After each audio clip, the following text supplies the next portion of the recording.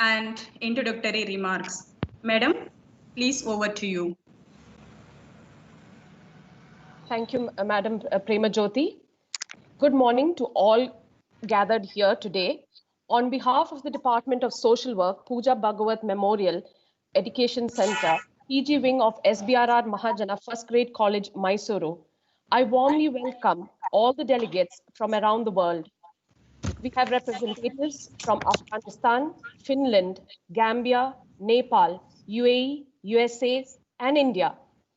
Our delegates represent various sections of society and how diverse and unique a community can be.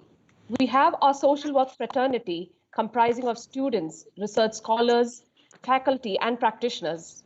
We also have amongst us psychologists, psychotherapists, nutritionists, nurses, and distinguished persons from management, tourism, health and family welfare, hospitals, NGOs, and government organizations. I welcome you all to this webinar. I extend my heartfelt welcome to the Honorable President of Mahajana Education Society, Shri Muralidhar Bhagavat, for providing us the opportunity to conduct this webinar. I also welcome the Honorable Secretary, Dr. Vijayalakshmi Bhagavat, in her absence.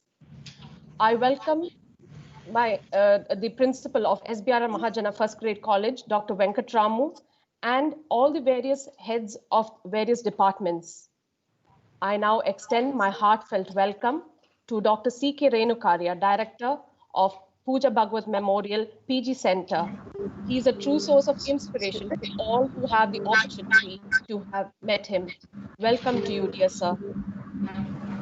I welcome all the speakers who are present here today and have taken time out of their busy schedules to impart their knowledge and experience on the recent trends in community development. Welcome once again, one and all.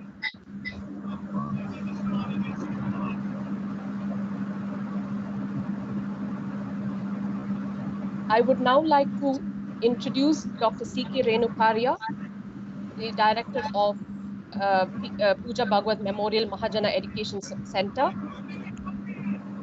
who would be delivering the inaugural address. Dr. C.K. Renukarya has completed his MA and PhD in economics. He's a man of few words, and yet those words have a lasting impact on all who hear them. His experience is vast, and he has been teaching for the last 41 years and has been doing research for 35 years. His areas of specialization include economics of development and quantitative economics. He has taught mathematical economics, quantitative techniques, econometrics, business research methods, and operations research. He has guided over 20 PhD students and has published more than 115 research papers in national and international journals. He has also presented in more than 150 national and international conferences. Yet another feather in his cap is that he's a proud author of more than 50 books. He is a visiting professor for Korea International Institute, Canada, and has presented in numerous seminars in Japan, UK, Thailand, and USA. At present, he is the director of Pooja Bhagavat Memorial Mahajana Education Center, PG Wing of SBRR Mahajana First Grade College, Mysore. I invite you, sir, to deliver the inaugural address. Thank you, Patricia. Very good morning to you all. At the outset, I wish to congratulate Dr. Patricia and her team and the technical team as well for organizing this most important webinar on community development, recent trends from the Department of Social Work of Mahajana First Grade Center. As all of us know, we are passing very difficult days. COVID-19 has created unique challenges for all of us, for all streams for that matter. Economists, sociologists, scientists, social workers, politicians, all are working on this particular epidemic, which is hurting all sectors of the economy. Now, every stream is devoting newer thoughts as to how we can come out of this particular situation and how we can progress in our own disciplines, social work not being an exception. Now, we are also witnessing a number of events about which we have absolutely no knowledge. For example, the workers who are thrown out of jobs, migrant workers, have created new knowledge in our society. Even as economists, we never knew that this magnitude of problem will be posed by the migrant workers. Truly speaking, we had no idea as to the volume of this number, which has been throwing lots of challenges in terms of poverty, in terms of hunger, etc. Now the problem which used to be micro has become macro. Even for the social workers, they are not sure as of now as to how they should proceed, because the traditional thinking has overtaken and we have to think on newer lines. Now, over the next few minutes, I will concentrate on the role of social work as to how the social workers can concentrate on micro and macro levels to overcome these problems. At the outset, I should acknowledge that new way of thinking is absolutely necessary at this juncture. Old definitions of community development or old definitions of economics to deal with poverty, etc., may not work, and we have to think on newer lines to face this particular challenge, which is global in nature. So we have to make attempts both at micro level and macro level to pose the challenges and also move ahead to solve these problems. So social work has also concerns the lives and livelihood of individuals, families, groups, and communities to enhance social functioning and overall well-being of the people. Hence, well-being is the pivotal to this discussion. COVID-19 outbreak has posed a serious challenge to the profession, and we are required to apply newer tools to solve these problems. Yeah.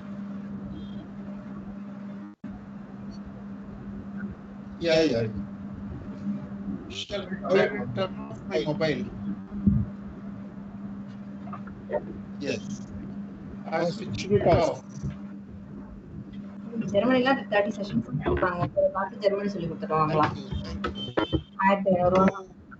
COVID-19 outbreak has posed a serious challenge to the profession, particularly to the social workers, in strategies to work for the well-being of people. Social workers, like many health and behavioral health professionals, are concerned about the impact of COVID-19 and the lockdown on the well-being of the poor and other marginalized people they serve. Government of all countries and international as well as national social work organizations are grappling to come up with a suitable strategy to address the issue effectively and efficiently. Social work as a profession, which originated in Europe and North America during the late 19th century, with the volunteer effort raising the pertinent social question, why was there increasing poverty in the world? why economies have not become prosperous over the centuries. Since then, the profession of social work has traversed with huge success in making global institutions and governments work on pro-poor services and make strategic interventions to reduce inequality and thereby poverty.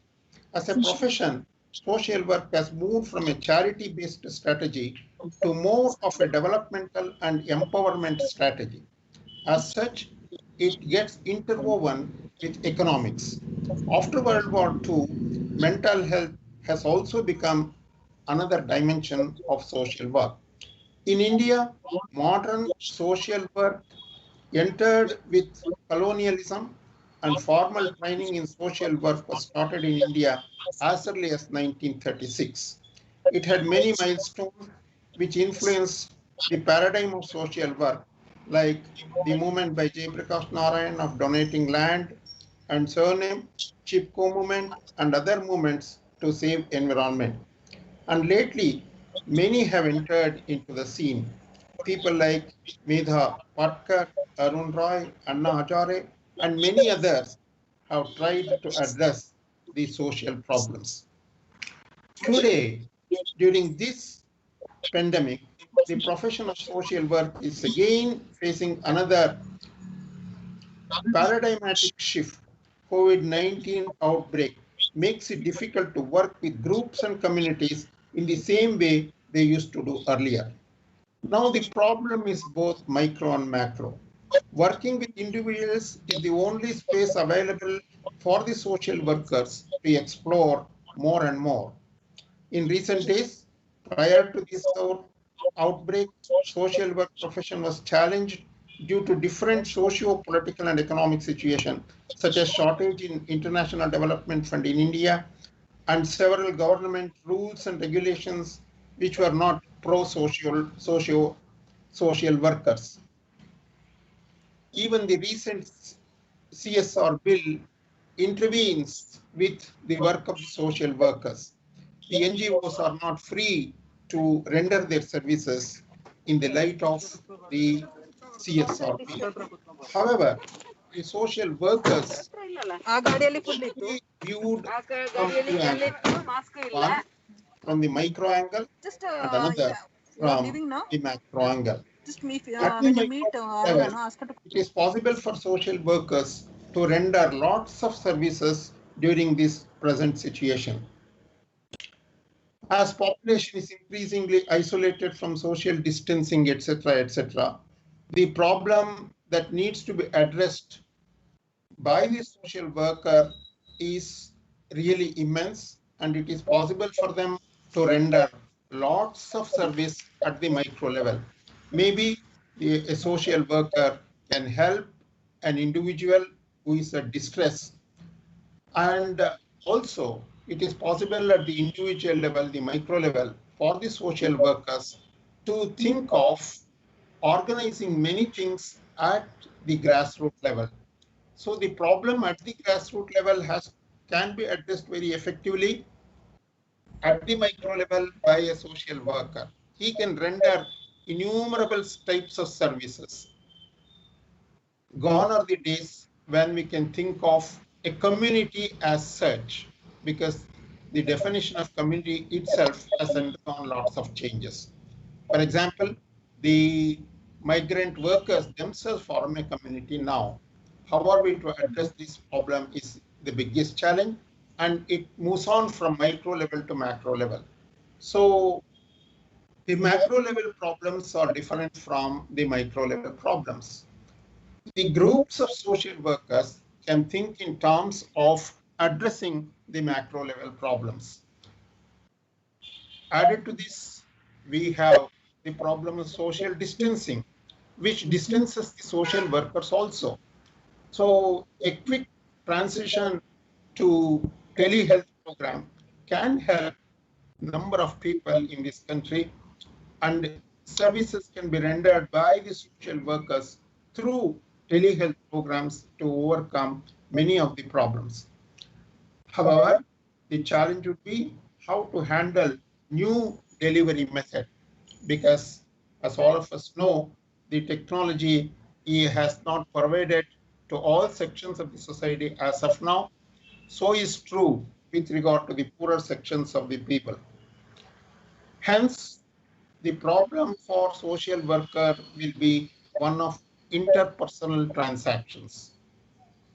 There is need for increased macro level social work. Hence, we should think in terms not simply of those who are capable of facing the challenges of COVID, but the problems of those who are not equipped in terms of digital economy, in terms of etc. So we have a large chunk of people whom social workers have to reach. So new models have to be built for macro folks. So we have already seen a growing need for advocacy with camps on our nooks and corners of the economy, and these camps are facing lots of shortages in terms of social services. So it is possible for intervention by the social workers in these camps. They can think in terms of addressing the various problems of the camps at the macro level. So we are also aware that socioeconomic status is correlated with increased risk of medical issues, which could put people in the high risk category for severe complications if they contact the coronavirus. So social workers have to be extraordinarily careful in this regard, because once they catch this epidemic, it will be extremely difficult for the social workers to address the problems of the poorer sections of the economy. So the challenges are innumerable in nature.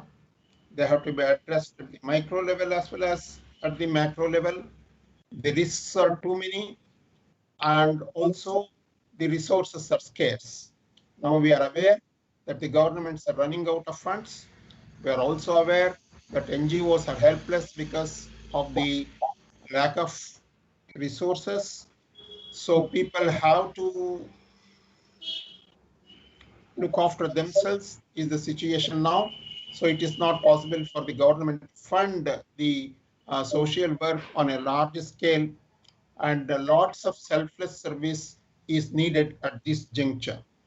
So we have to carefully handle the situation, and at the academic level, newer thoughts have to take place.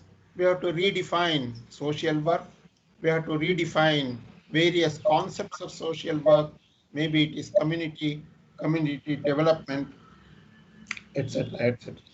So it is important for us to address all these problems and discuss these problems threadbare and come out of the solutions which are necessary at this point of time. So social workers have bigger role to play. All sections have a bigger role to play, so to say. Economists have a bigger role to play. Politicians have a bigger role to play. And all sectors of the economy need to get up to face this challenge. How we are coming out of this situation, when we are coming out of this situation, they are all uncertain as of now. How much money is needed to overcome this, the distress of the people, is also not estimated properly. Newer models have to be built in this regard. Newer thinking has to take place in this regard, and we have to walk a long path to cross this. Now, even if we assume that we are going to cross this situation, we will have to equip ourselves with new tools and techniques to face a newer society. The newer society will be totally different from the earlier one, because lots of changes are taking place, metamorphosis is taking place, and the roles of the rich and poor is undergoing lots of changes. The governments are made to rethink on their strategies to address the problems of poverty, inequality, etc., etc. And NGOs have to re-engineer themselves in order to meet the challenges after we come out of the situation. I'm hopeful, we are very optimistic that with the tools and techniques that we have, with the intellectual capacity that we have in this country, we are surely going to come out of this particular havoc. So let us get ready to work very hard to face the present situation. Let us also get ready to think on newer lines in the newer system to face these challenges. I'm very sure that in the course of these 4 days, best brains will give thoughts on this and evolve a number of solutions which are required at this juncture, and also the newer ways to think after we get over this situation. I wish all the best to Patricia and her team, all the best to the participants, and in particular, the resource persons, and I'm very sure that this webinar will be very productive. Immediately after we get over this COVID-19, we would be planning to organize a seminar on this from the social work department, for which we would be inviting you all to participate, to take stock of what has happened to our own thinking during the course of COVID-19 period. Thank you all, and I welcome you all for the webinar. I wish the webinar every success, and I'm sure that it will be very, very productive and meaningful. Thank you. Thank you very much. Thank you very much, sir. You are truly inspired and encourage and support us to conduct such kind of webinars and departmental activities. And you throw the light on with your inaugural speech and enlightened and delighted by our participants. And also you gave an overview of entire social work in all the domains, which is the current issues which is happened, which is faced by the citizens, various problems, and how to cope with the problems. So thank you very much, sir. Now I would like to request Ms. Pradipta BP Kadambari, Senator and Principal of Kadambari Memorial College, to deliver keynote address. I would like to request to introduce our guest, chief guest to participants by Dr. Patricia N.M. Vigo, Head of the Department, Pooja Bhagwat Memorial Mahajana Education Center. Madam, please over to you. Thank you, Madam Prema Jyoti. It gives me immense joy to introduce our keynote speaker, Ms. Pradipta BP Kadambari, who is the Senator of Purbanchal University and Principal of Kadambari Memorial College, Nepal. Ms. Kadambari is one of the founding members of Kadambari Memorial College of Science and Management, KMC, a private higher educational institute affiliated to Purbanchal University in Nepal. Currently, she is the principal and leads the Center of Research, Development and Innovation and International Relationships at KMC. Ms. Kadambari holds a master's degree in International Family Studies from Tata Institute of Social Sciences, India, and Master in Science from Tribhuvan University, Nepal. She is interested in social work education and has been involved in designing the social work curriculum for the university as a member of the Social Work Curriculum Revision Committee, Purbanchal University, for the last 6 years and currently chairs it. She is also the Senate member of the Purbanchal University for 2019-2020. She is associated with various non-governmental organizations like CVISH and CIL in Kathmandu as a resource person. She is the initiator of University Community Engagement of KMC and has been developing this approach to larger communities of practitioners and international scholars. She is keen on fostering international relationships in the educational arena to exchange global knowledge and is equipped in guiding students efficiently. At present, Ms. Kadambari is involved in teaching and training social work students. As a Senate member of the university, she is involved in advising about policy changes and guiding university programs. From 2018, She's also associated partly with Verities Southeast Asia as a researcher. As an academician and practitioner, she's currently engaged in developing a training manual for frontline workers and the management regarding children's right to parental care. It gives me immense pleasure to welcome you, Madam, for the keynote address.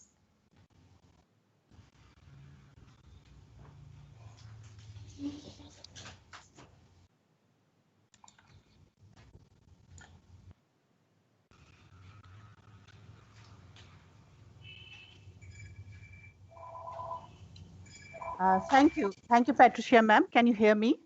Yes, we can hear you, Madam. Yeah. And good morning and namaste to everyone from Nepal.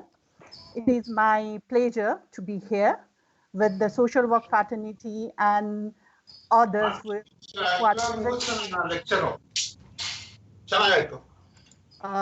here. And especially with the social work student of Pooja Bhagwat Memorial Maharaja Education Center. It is actually really good to see the other side of COVID-19. We quite often use this terminology in community development. We call it a double listening. Because there is always, while we engage with our community, there will always two stories. The first one is about the struggle, about the problems. But if we listen the same story second time, we listen how the community has worked out with the solution or their resiliency, the resources. So I believe that this is also the other side of COVID-19 story and how we are being able to come together virtually and building this community of social work learners. So my sharing today is of not really, it's a research-based sharing. It's the understanding and knowledge that I gathered. And it's like a storytelling as we sit in a circle in a community work, and then we share what we know, our knowledge, our curiosity together in the same platform. So I hope my sharing will be very useful, especially in understanding communities in the recent time, and also preparing social work student to be an effective community worker. As there are other disciplines also working in community development, like development studies, rural development. I request all participants to kindly mute your videos and audios. Yeah, there are other disciplines which are also working in the community development, like development studies and rural development. So I'm trying here to bring the social work lens of not only looking at the community, but also applying the skills and knowledge of social work in community work to get to achieve the goal of social work. Ma'am, can I have my slide?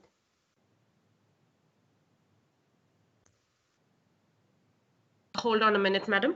Okay.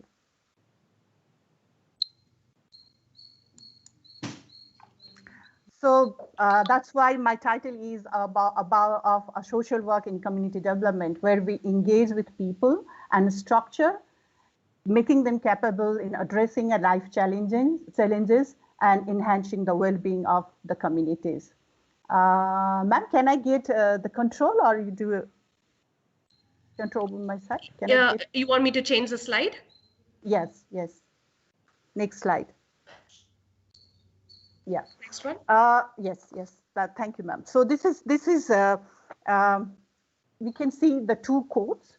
One is a very common Chinese proverb, which says, like, we've been teaching our social work students, and social work students have been listening to this one and applying this to. It's about giving man a fish and teaching the person how to fish, so that that person can feed himself for a lifetime, be sustainable.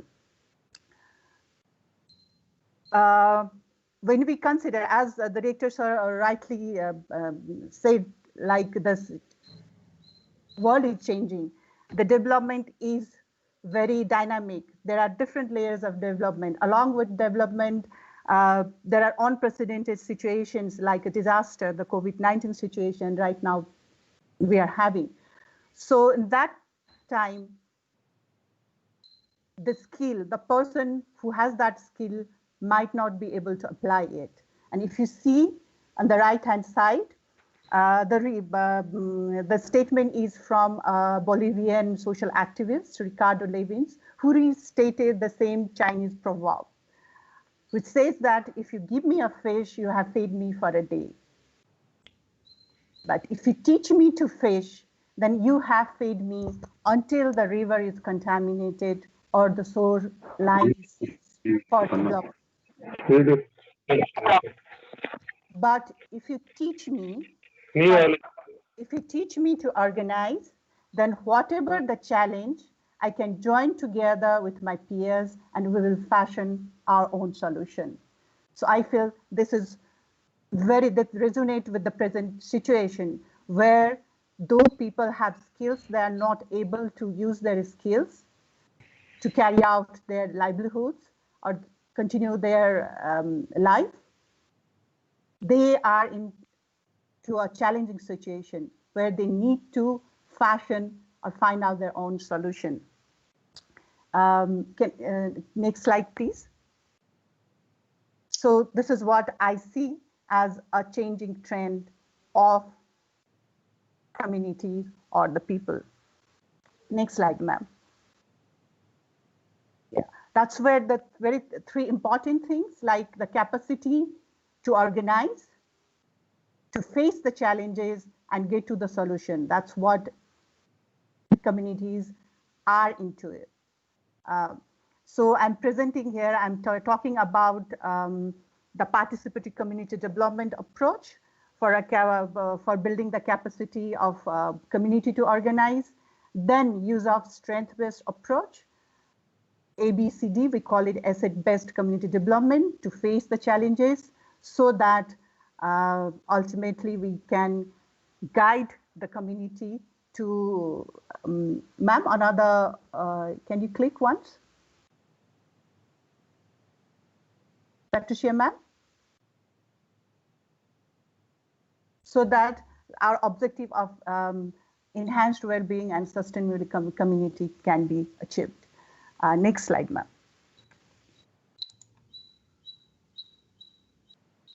Yeah, so I'm just going back to the history.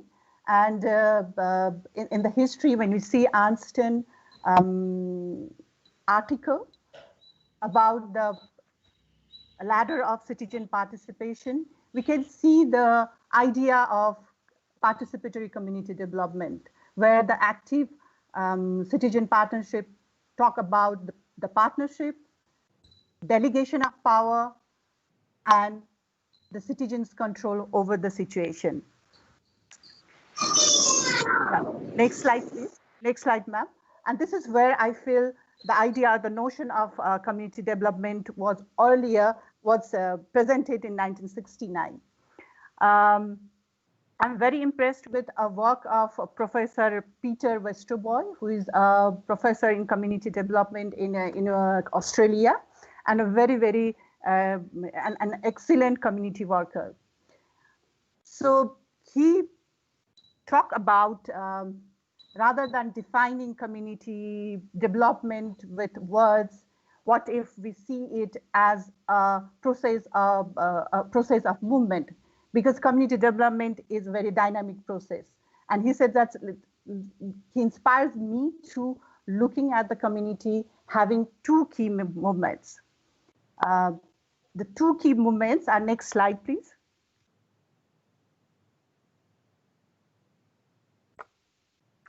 The key movements of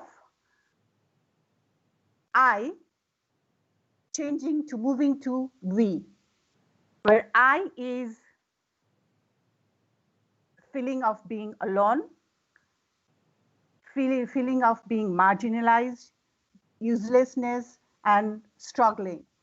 when that I move to a we, the feeling of togetherness will be there.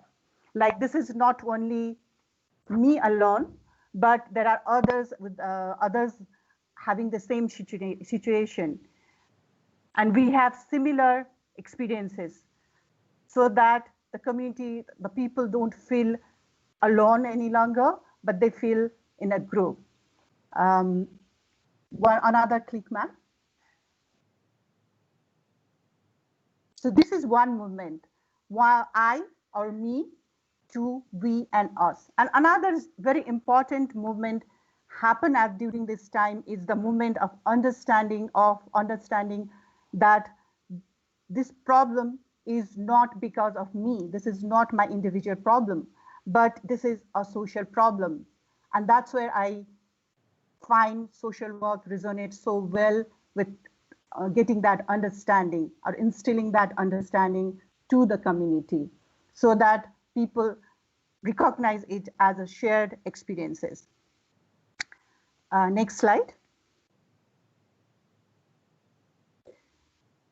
The social problem of understanding of social problem is so related with the social work, because we always see person in environment, and that unique understanding of a social work in understanding people and environment, and also having that ability to work with a different system is very helpful in preparing or guiding community to address their challenges. Next slide.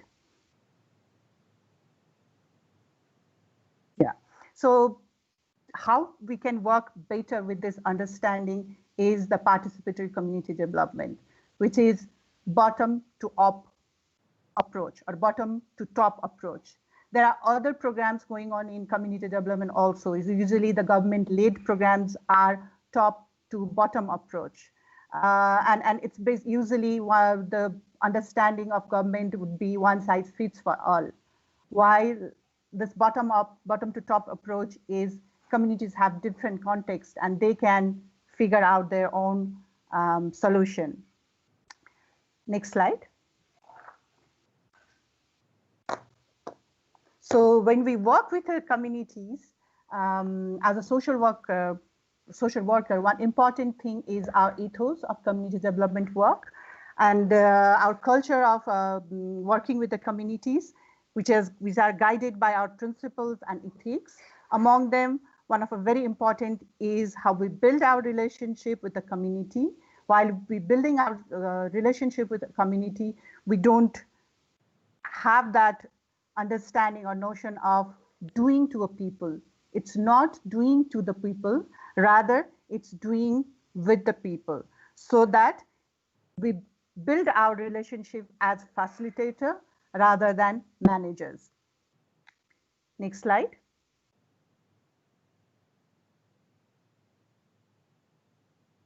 So while doing so, what we do usually is it begins with listening to individual stories.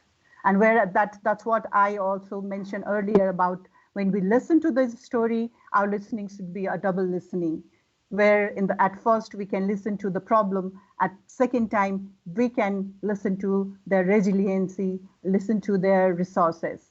And then when we understand that the individual stories are repeating, then we bring people together to form a group.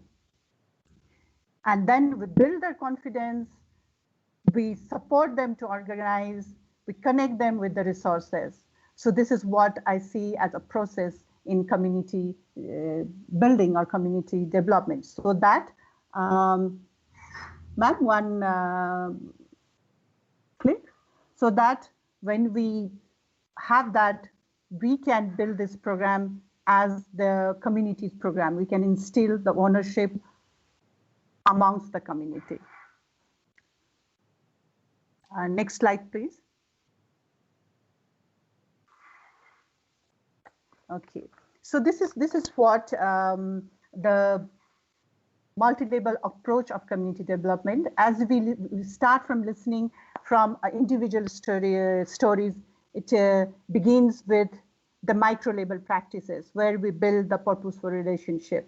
Then it goes to action, having a informal small group in action. This is the major label practices. And then when this group be able to do some action and form of informal groups, then it is about teaching them, facilitating them to organize as an organize legally or have some formal organizations like a society. And one thing that Professor Prater talked about is about linking those community to the meta practices, because we have seen that the bigger system of the ecological system theories like the global phenomenon, the global development, the climate crisis, the COVID situation like this also affect communities. So this is about linking the community to the bigger system with the networks, with the coalition, and that's what it is called meta practices. Next slide. So when we look this approach into a framework, it appears as the second, next slide. Yeah, so this is, no ma'am, the earlier, back once again, the back one. Yeah, so this is the development community development framework, a 4-label community development framework: micro label, major label, macro label, and meta label. So in micro label, this is more about authentic relationship, and so that we can build the feeling of communitas. We are in the same, we are together. And then in major label, the informal group, formal group, and the regional group. Yeah, next slide. So another important thing is when we facilitate community to be able to organize, then we have to equip them with the resources, the tools. And here I find the asset-based community development approach or model fits very well, where we see communities having assets full of half full filled glass than the deficient or half empty glass. Next slide. Yeah, so many times it's like when usually as social worker we work with the communities which are marginalized, which are problem, then what could be their asset? That could be a big question. But there are, when we look at the community from the perspective of full glass, half filled glass, then we see different community assets. Like the social assets is the community groups or network among the society. Then we have a cultural asset. There are the stories, the heritage, their local identity, values. These are also assets. And the individuals' talents, skills, and passions, the land, property, building, equipments are the physical asset.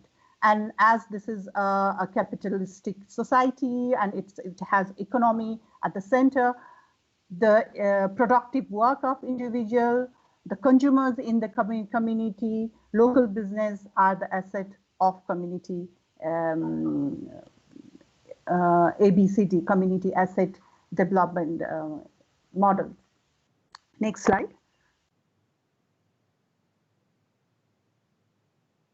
And for social workers, it's very good to understand the 3 drivers of ABCD. And it's about the building a relationship, which we know that or know, and we all apply it at the beginning of any of our intervention. And another is caring, where people discover that I have a community around me with caring. And the next one is building hope and aspiration. As we see community with the resources, we also see possibilities. And that's what we have to instill in the community as a whole to move forward. So when we work together, integrate community development and model of ABCD together, we get empowered community. The people, their participation and a power. I call it a 3 Ps of community development, but peoples are engaged in very meaningful participation, and they have a control over the situation. They are the power of control over the situation. And it becomes a very meaningful engagement for social workers like us to build a sustainable community. Next slide. So another one important thing that I would like to bring to a social worker is the social work is very unique profession because it is a practice-based profession. So it is usually about making sense of what we observe. While we do our practice, we observe lots of things, and we have to make sense of what our observation, what we observed. And that is where the theoretical perspective that we study in colleges, that we study in the research papers, comes out to be very good tool, serves as a tool to make sense of what we observe. This is very important. This is very important because Professor Peter once said that practice, it doesn't have thinking, it is not practice. It is just an action without reflection. The action is very eventful. Our practice is the intervention. It is comprises of different actions and continuation of this action to solve the problem. So this is what I always encourage social work students to integrate the theory and practice together. Yeah, practice together. So when we practice, when we are acting, we should be thinking rationally and making sense. And whatever we have made sense, then apply in a practice. So this is the integration of new ideas into a practice. And that's what is very important at the situation of COVID-19, because the old ideas that we knew are no longer in use. So that's why this is the time. And I'm very enthusiastic that probably we could come out with the new theories and new ideas to overcome the situation.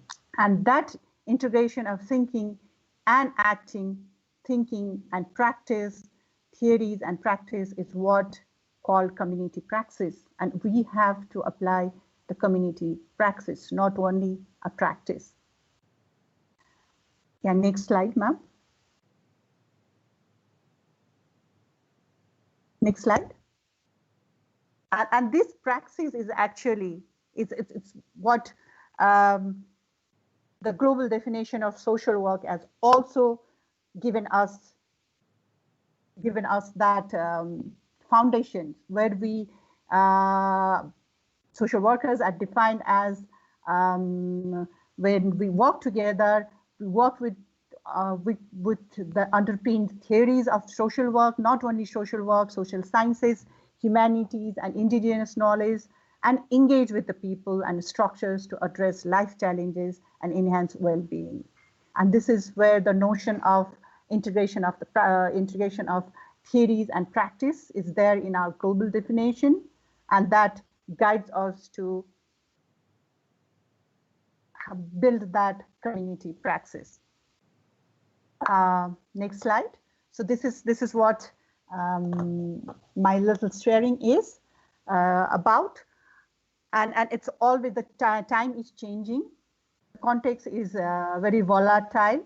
So when context changes, we don't really have to ideas that we have to integrate that into the new one and facilitate community, facilitate groups and people to organize, so that together the people or the community can figure out their solution. So that's all. Thank you very much for listening to me. If there is any questions, any curiosities, so I'm open to them.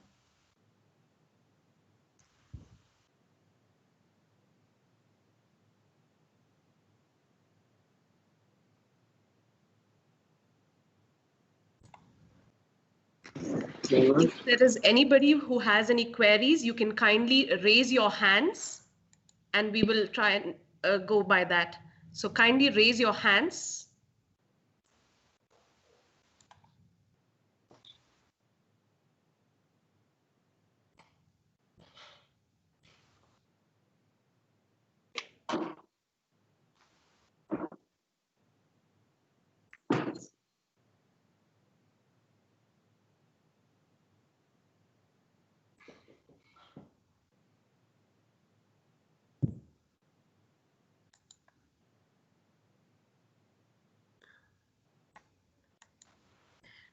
Madam, there is a question from one of the participants. While working with a community-led approach, how can ownership of the program be fostered? Has been one of the challenges that I have faced when working with the community. How has it been your experience? Experiences. Okay, so this is what the ownership is. This is a challenge because there are lots of NGOs are the people working in the communities, and it's about creating a dependency than creating an interdependence among the communities. And my experience is in working with the communities is from the beginning, we have to have that understanding. We have to build that understanding that we are working with them. We are not coming there to manage the problem. So we are there to figure out the problem. Then it creates an ownership. I have one example of a village which was displaced after this Nepal earthquake. And this village, actually the people, 50 household, started with a small group of people coming together and then organizing themselves. And at the end, they could come to another place, and then they rebuild their 50 houses with the help from different supporters. And it's there is the ownership. They felt this is our program, and someone who was helping is also just a facilitator. So that person also need them as a resources. So that's what my experience is. Yes, ma'am. I hope I answered that question. Yes, madam. There is a question from one of the participants. I'm just trying to unmute him. Just a minute.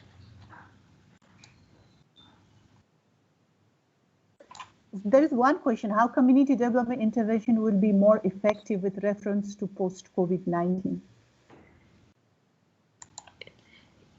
Yes, can you answer that question, ma'am? Yeah, so this is a very unprecedented situation, and the one thing very challenging for community worker is the change of the situation where we cannot work face to face with the communities. So in that situation, with the social distancing, or what we call it a physical distancing, how we are going to build that relationship, how we are going to build that authenticity and all, it's a challenge. And I feel this is yet to unfold. And one of my understanding is this is a challenge in the Nepal, and as well I understand this is also in India, of not recognizing social work as a frontline worker so that we can go to a community. So probably that's where social work fraternity has to work. And we are also, as a frontline workers, we also have to have that safety gears to go to the community. Until and unless we don't go to the community, I don't think that we can understand the situation well. So this is for me. This is still a exploration. But one thing is, we shouldn't have that understanding of one size fits for all. how we can facilitate a conversation from different media, may it be online media, may it be radios, to connect first with the communities at this situation. Without that connection, I'm not sure we can build the very effective post-COVID mechanism. Madam, there's a question by Mr. Cletus. Can a practitioner work effectively at all levels while working with the community, or should a person or NGO specialize in any one area? For me, as social work, in social work, we teach all of this capacity to work with the different labels. And that's what I feel the beauty of social work. It starts from micro, meso, and macro. Meta label is now a new label that is coming to a community development. But social workers are able to have that linkage and facilitate that connection, because network is one of the key. Networking is one of the key role of social workers. So if we have that understanding of how to work with the community, the social workers group work capacity, social workers research-oriented capacity, these all working methods are good enough to work with all these systems. That's what I feel. And I'm very confident that social worker can do that. Okay. Madam, one last question.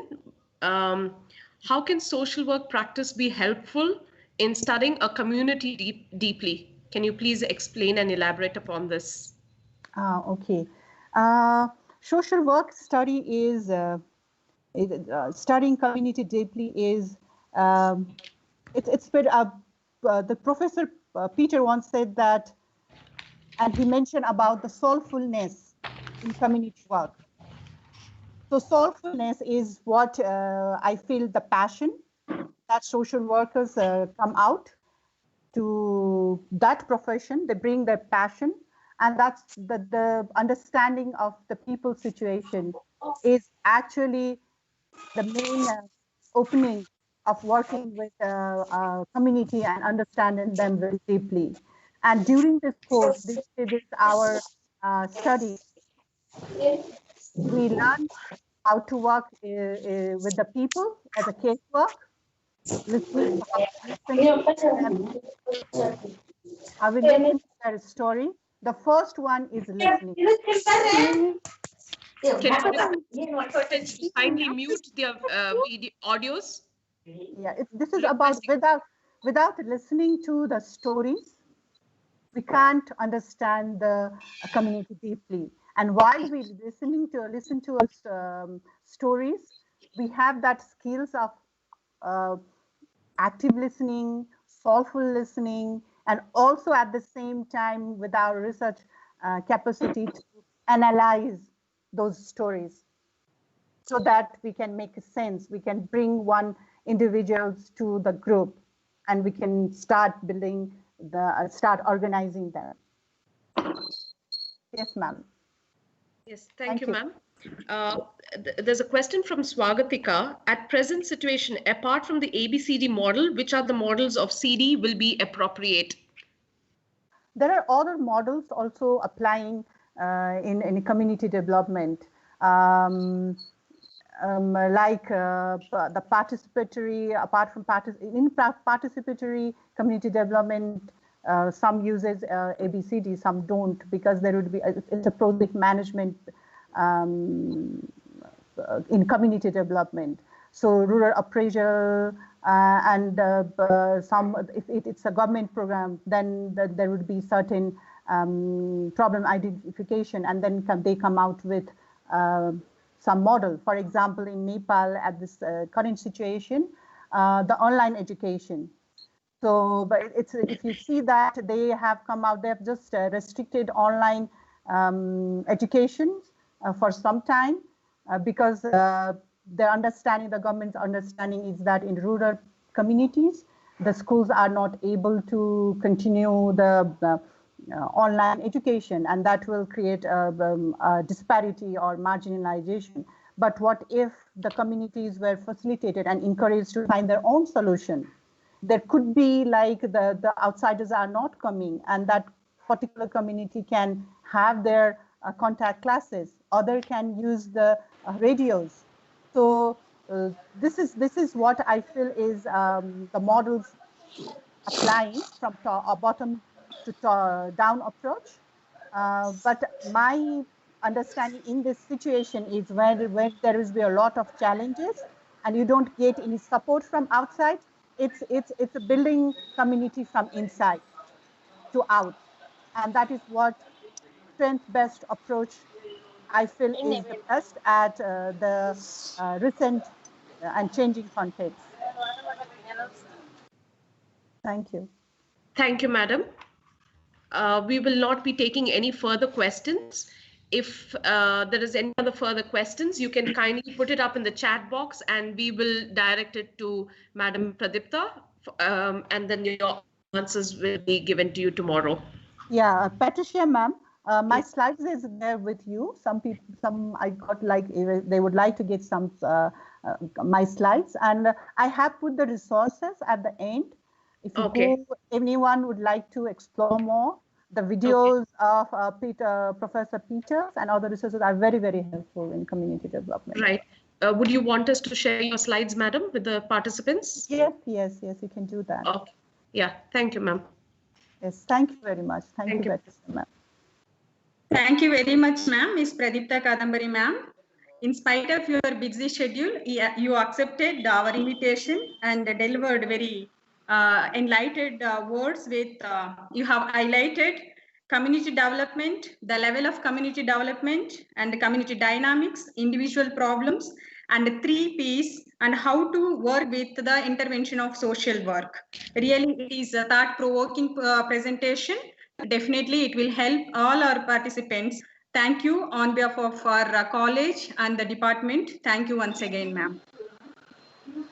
Now, I would like to request and invite Reverend Father Dr. K.M. Joseph, Associate Professor and Head of the Department, Rajgiri College of Social Science, Kochi, Kerala, to present on Introduction to Community Development, History of Community Development in India, and Components of Community Development.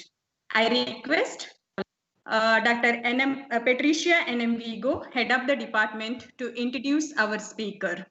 Madam, please, over to you.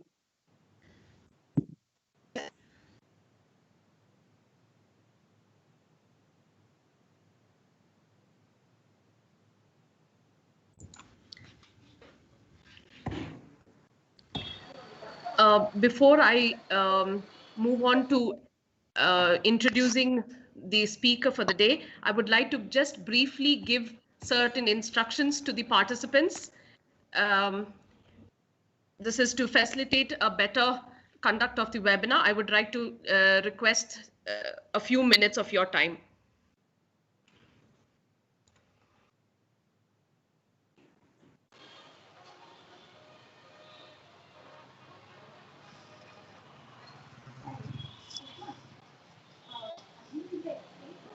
Participants, please note that you have to complete your logging in time at least 15 minutes prior to the session.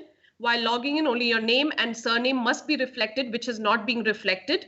Any unidentified entry will immediately be removed. All sessions are to be attended in formal attire. Kindly keep your audio and your video muted at all times unless requested for. During the question and answer time only, please use the raise hand option. Do not unmute your mics. Do not try to unmute your videos either. Please mute your videos, mute your audios. You will be removed from the session if you do not do so and will not be allowed to re-enter. If you get logged out due to any technical problem or in case of technical support, kindly contact the following people. We have sent all the instructions on the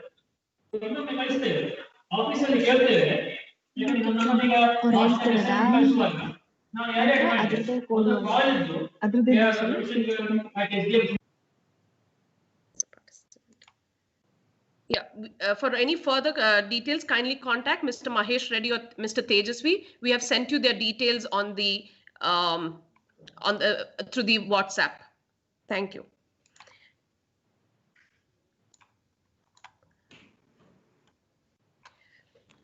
I would like to take this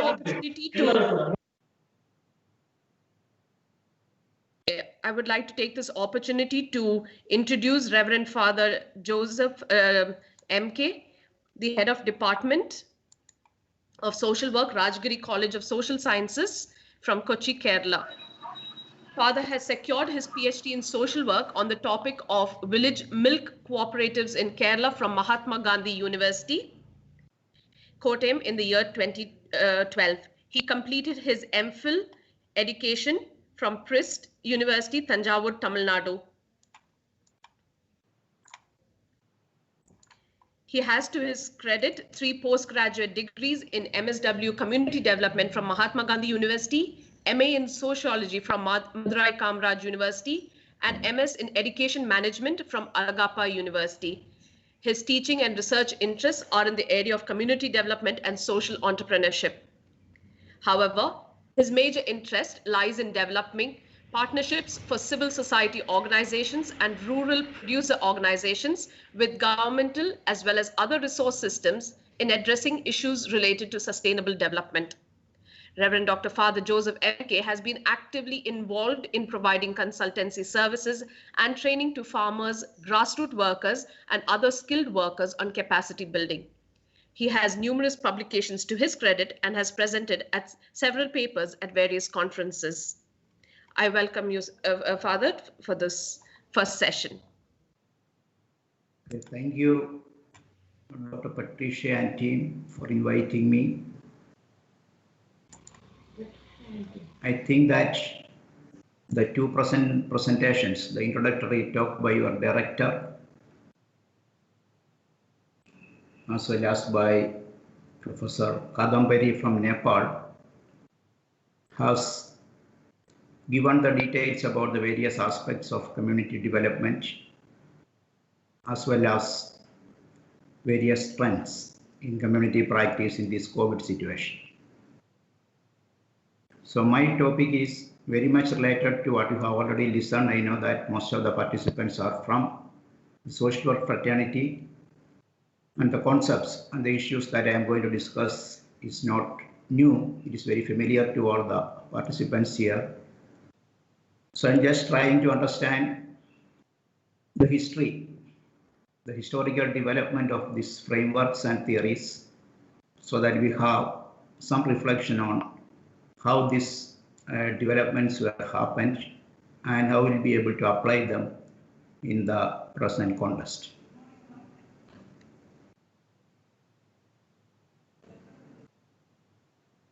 Okay, so this is the topic that I am going to present. The introduction, history and components of community development in general and in particular to Indian context. Next slide. So this is the scheme of presentation. And so we have a small reflection on what is community. It is already being discussed in the previous presentation. And what is community development we have seen in detail, approaches we have seen. So what I say more is on an analysis of these models based on the various development models that we are using in our professional practice. Next slide. Next slide, please.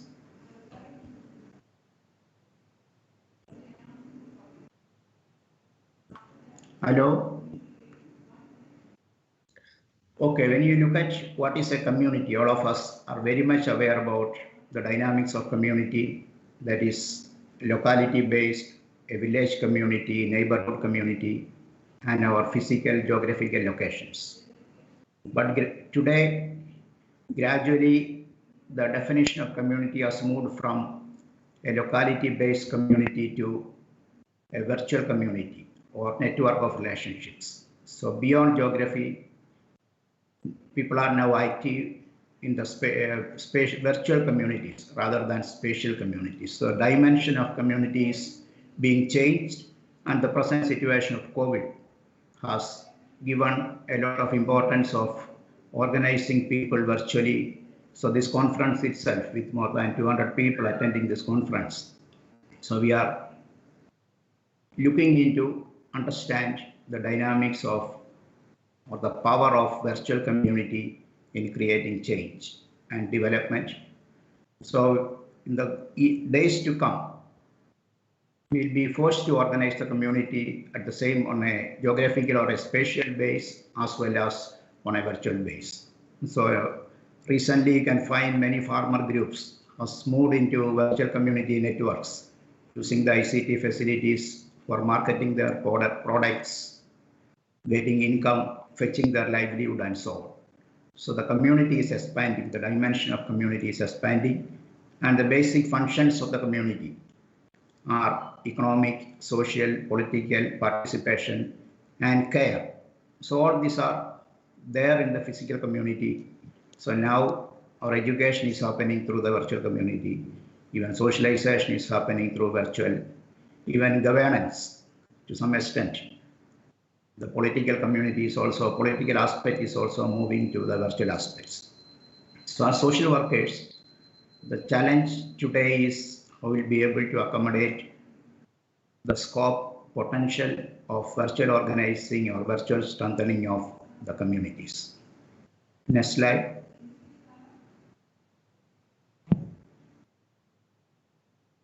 Next slide, please.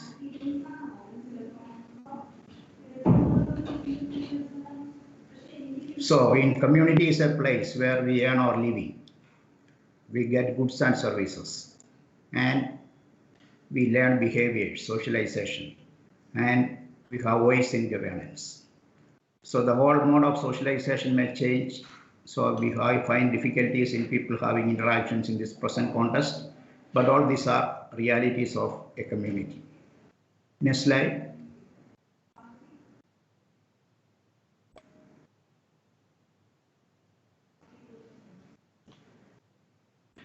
Next slide, please. So as I said, community is having a broader perspective already.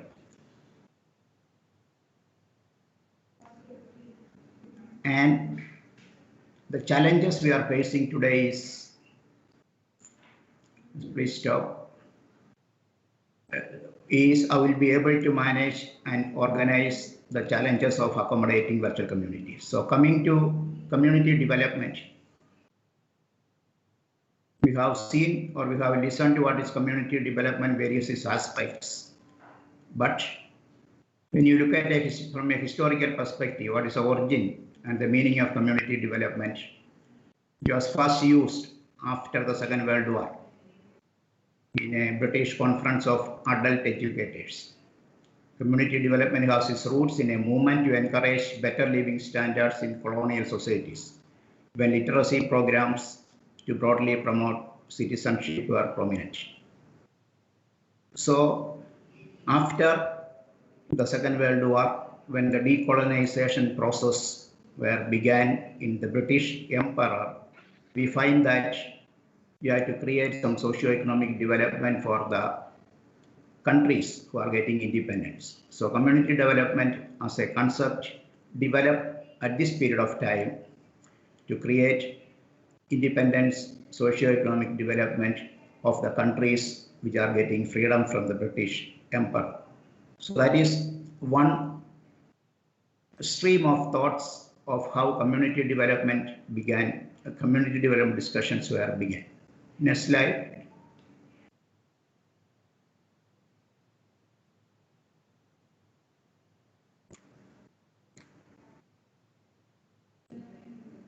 Next slide.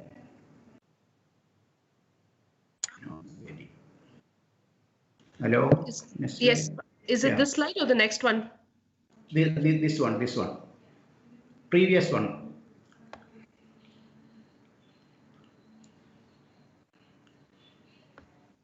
This one? Then next. number 13. Yeah. So we can find many references in literature that the community development has a colonial legacy. That is, after the Second World War, there is a administrative effort to create development in underdeveloped areas in Britain as well as in the colonies of Britain, basically in the area of basic education, literacy, creating social welfare. So in a 1994 report, you can see that mass education in the colonies placed emphasis on literacy training and advocated the promotion of agriculture, health, and other social services through local self-help. So this very idea of self-help that is very much related to social work is there in the very beginning of community development in the colonial legacy or colonial perspective. Next slide. So this concern is there in the beginning of the formation of United Nations, development of new nations, industrialization of nations, economic development, and so on. So all these are captured in community development that is discussed in the colonial legacy period. Next slide, 15.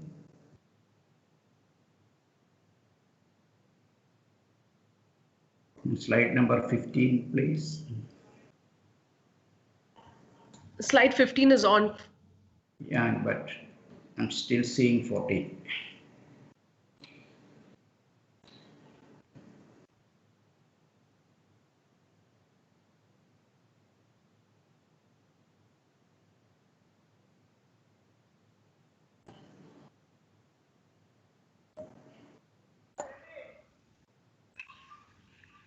Is it visible?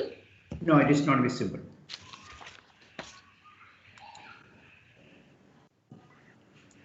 Is it visible? No. Yeah.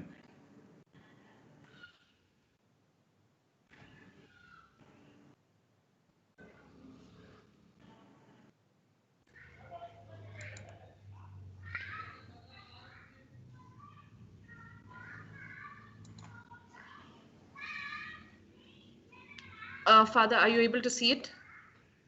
No, still what I see is the slide number 14. You just go by and come. Yeah.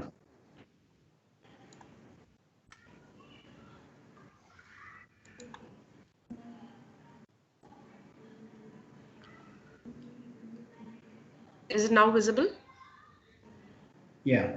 15. Yeah. Yes. Good. So apart from the colonial development of community development, there are some other streams of community development. Other stream is from the university extension programs. Most of the universities in US has initiated research and community extension programs in the agriculture sector, fisheries sector as part of their maybe research or action-based research that we speak today. And they try to help the poor farmers and other community members in the region. And that is the way that is developed in US. Subsequently, it is exported to Asian countries because of the US influence. In many Asian countries also, universities, research institutions taking up extension activities in communities, and that is another stream of community development practice. In this context, I would like to highlight on the initiatives of Coady Institute, International Institute, linked to St. Francis University, where your director is a professor. So during the area of Great Depression, during the time of Great Depression, Moses Coady, Coady, and another professors, they went and visited the localities, the farmers, fishermen, and they initiated a good number of community development programs in and around Nova Scotia, because this university is situated in Antigonish, and they started programs in Nova Scotia. And that resulted in formation of credit unions. So during depression, what you need is credit. So the organized credit that was formed into a cooperatives, financial cooperatives, producer cooperatives. Even today you can find fishermen cooperatives in Nova Scotia who are exporting fish even to India. So that is a university extension program or community service program resulting in formation of credit unions. And development workers from many parts of the world visited Cody in 1950s and 60s to learn what is happening in Nova Scotia. And the Cody International Institute was formed and many development practitioners were trained and they started credit union and other cooperative initiatives in many parts of the world, especially Korea, India, and many other Asian countries. And another stream is the initiative of the French government. Animation rural is the animation of rural people. So adult education, self-help, the formation of self-help groups are other streams of beginning of community development in many parts of the world. Next slide.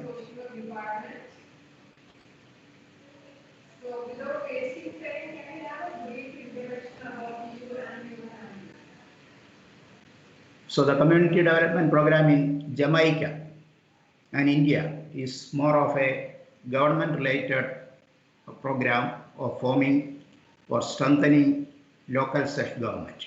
So it was named in Jamaica's community development program.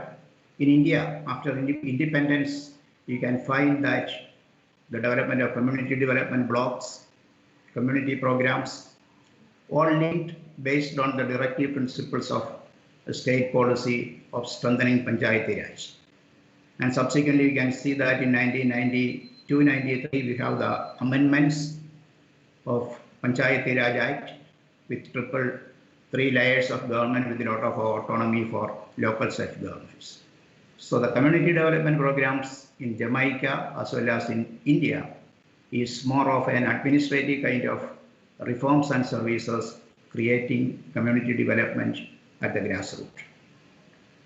And by mid-60s, this community development won widespread acceptance as a method of addressing problem of poverty, especially in the new independent nations. So if we find a colonial trend, extension education and research of universities, a government initiated community development, and these are the different streams of initiation in community development. Next slide.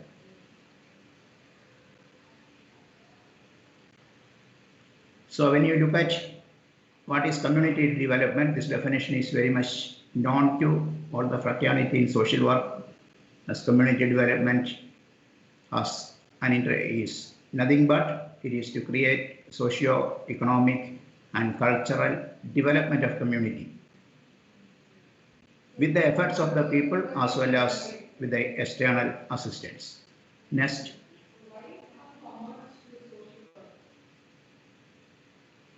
Next slide.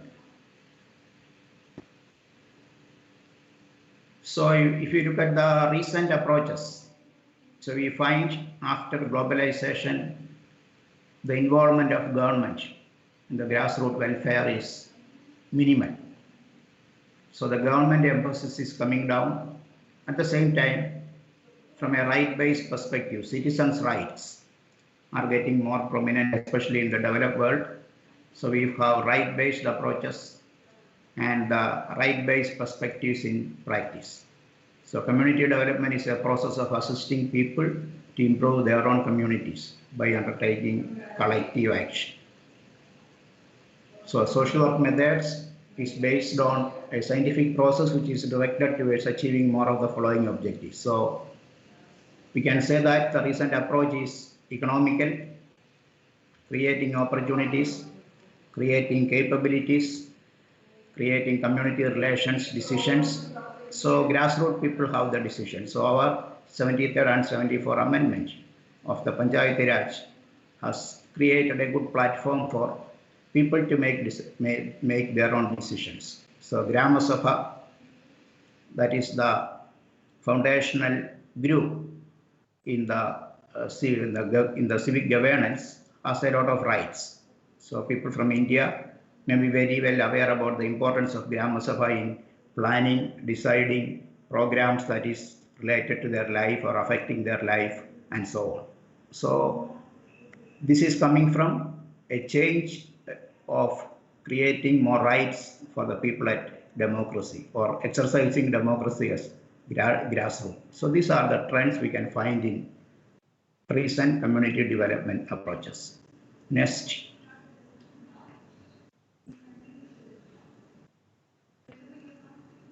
Next slide.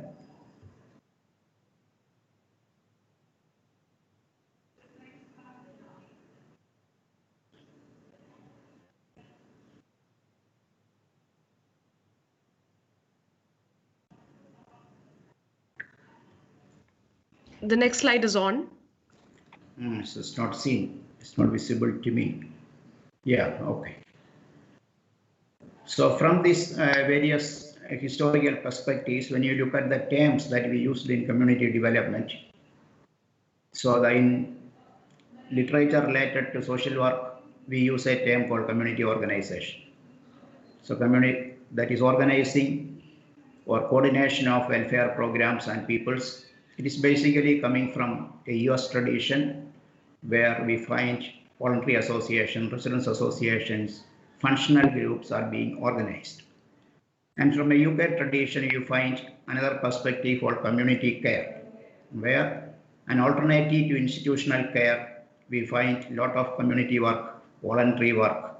Services are provided to elderly people in the grassroots or the abandoned children through community care. So that is another way of looking at a community practice.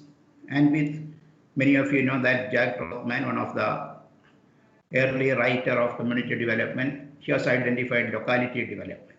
So purposive change, to create a purposive change and development in the community, you need micro level planning. So locality development is another term used.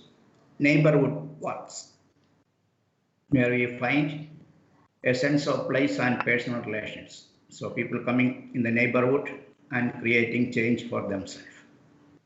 And the last way of looking at the community development is community empowerment, coming from the conscientization tradition or the practice of critical consciousness by Paulo Freire, the Brazilian educator. So he has initiated organizing people and have a critical analysis of their problem so that they may come to a critical consciousness. So these are some of the terminologies that we use interchangeably in community development. Next.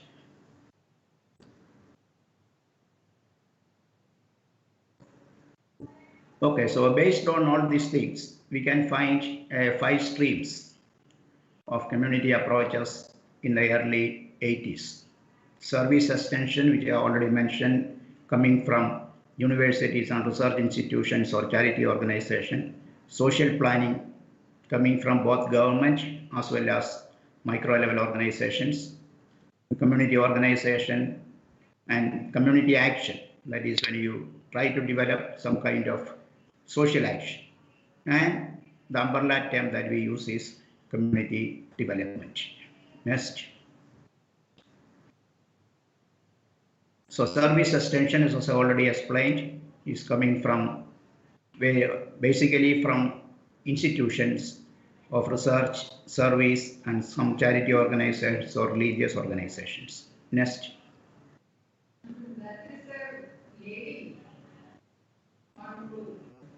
So social planning, you analyze the situation with the support of an external agency or your own self-government. You set priorities, you set projects, you mobilize people for planning, implementation, and evaluation of the services. Next. Community organizations, I think there's no need of an explanation of this. It is coming from the collaboration of separate community welfare agencies without additional participation of any statutory authorities.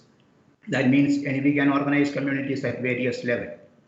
of communities of elderly, communities of children, communities of disabled, or communities of mentally challenged, the parents of children who are mentally challenged. So we can find multiple organization of people which is coming from an internal leadership or an external leadership without the statutory authorities in the play.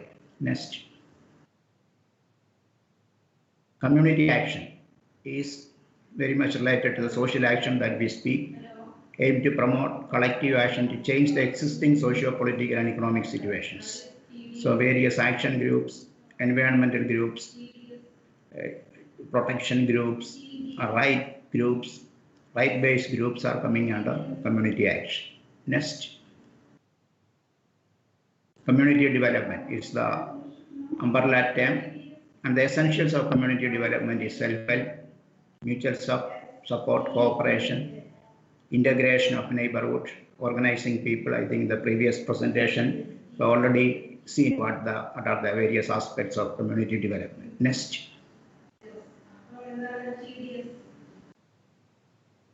So from 1990 onwards, we find a shift in the very approach of community development from creating welfare to capacity building. So creating more capability. So if you are capable to do that, that involves training, skill development, conscientization, and an awareness about one's own right. So you are capable to use or harness the opportunities for your socio-economic development.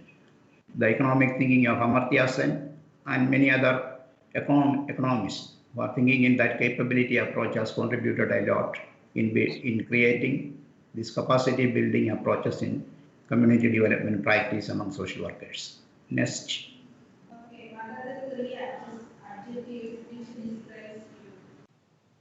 And the thinking of Robert Putnam, what is the capital? So in the previous presentation also we have listened to the capital.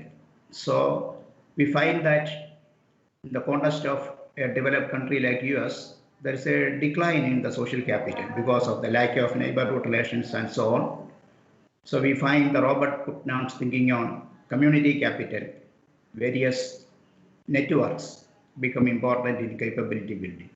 So many studies show that communities with the low economic status or low economic capital, but with higher social capital, will be able to address many of the community problems and create better well-being for the society. So if you look at Kerala, a state in India where you find good number of community groups of women, they are called Kudumasri. That is a locality-based networks of women, self-help groups or microcredit that we use in other countries. And they meet every week, make their small saving. That is a foundation, but they have many other linking capital of children's group, elderly groups, employment groups. So with a low economic capital, they'll be able to create more social capital, resulting in better well-being.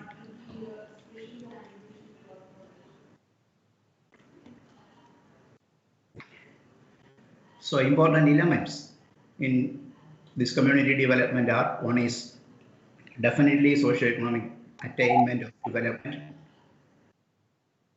fostering the capacity of local cooperation and self-help, that is social capital, cooperatives, self-help. Once Nehru said, looking at the progress of Milma, I want hundreds of these Amul cooperatives all over India. How farmers are coming together and working in a cooperative model to create change and work for their socio-economic well-being. So the number of cooperatives, again, I mentioned the state of Kerala. We have n number of cooperatives in various sectors. It's an example of how social capital is contributing towards better economic capital. And the third is use of expertise and methods drawn from outside the local community. So the new methodologies, new ways of thinking, including technology, ICT, in developing economic change. Next.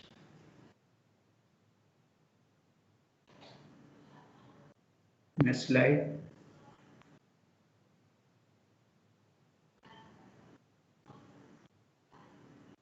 So,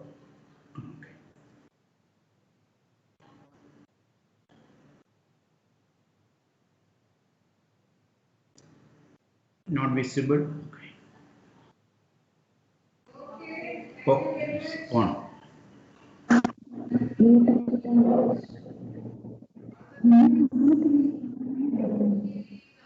Okay, in general, when you say community development, or if you want to analyze if there is a community development program happening, these three dimensions are essential.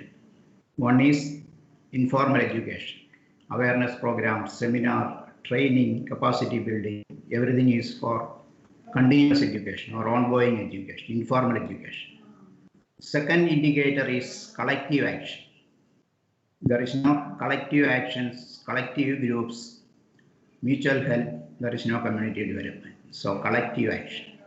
And the third is developing organization, grassroots level organization, helping groups and bodies to evolve a form. So we want an organization to build upon. So three essential aspects of any community development is continuous conscientization, collective action by the people, and developing strong organization, community-based organizations. Next.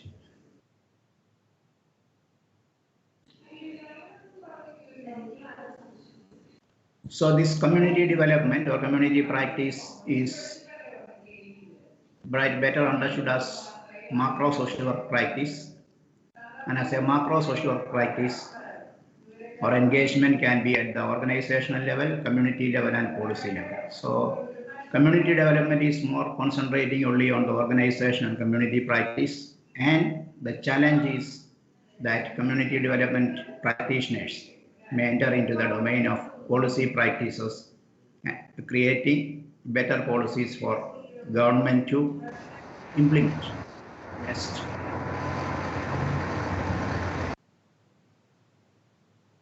Next slide.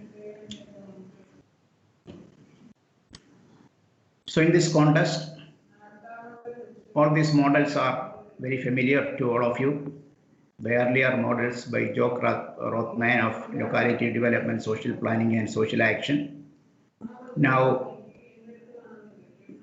Gamble and Wade, they have extended these models into 8 dimensions: neighborhood organizing, organizing functional communities, community and social economic development, social planning, program development, political action, coalitions, and social movements. So we can find multiple practice in community organization under any of these models. So organizing functional communities, farmers, migrant communities, labor unions, all this coming under the second model. And this is the recent terminology of categorizing community development engagement so that you have better focus, better outcomes, better well-being for your target group. Next.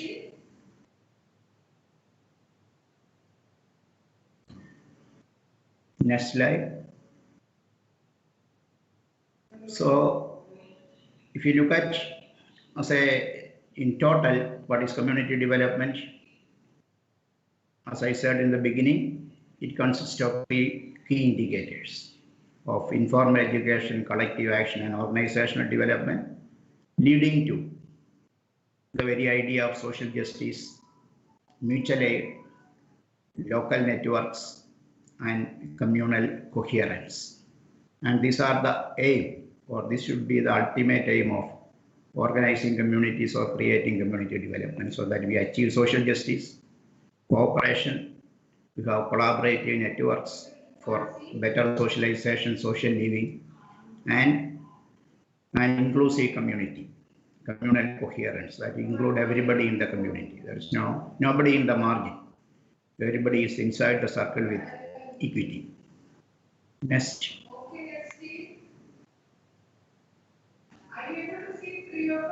So this framework will help us to understand the community development initiatives in India. As I said in the beginning, all community development initiatives in India, most of them, is coming from a administrative reforms or administrative involvement with some individual initiatives too.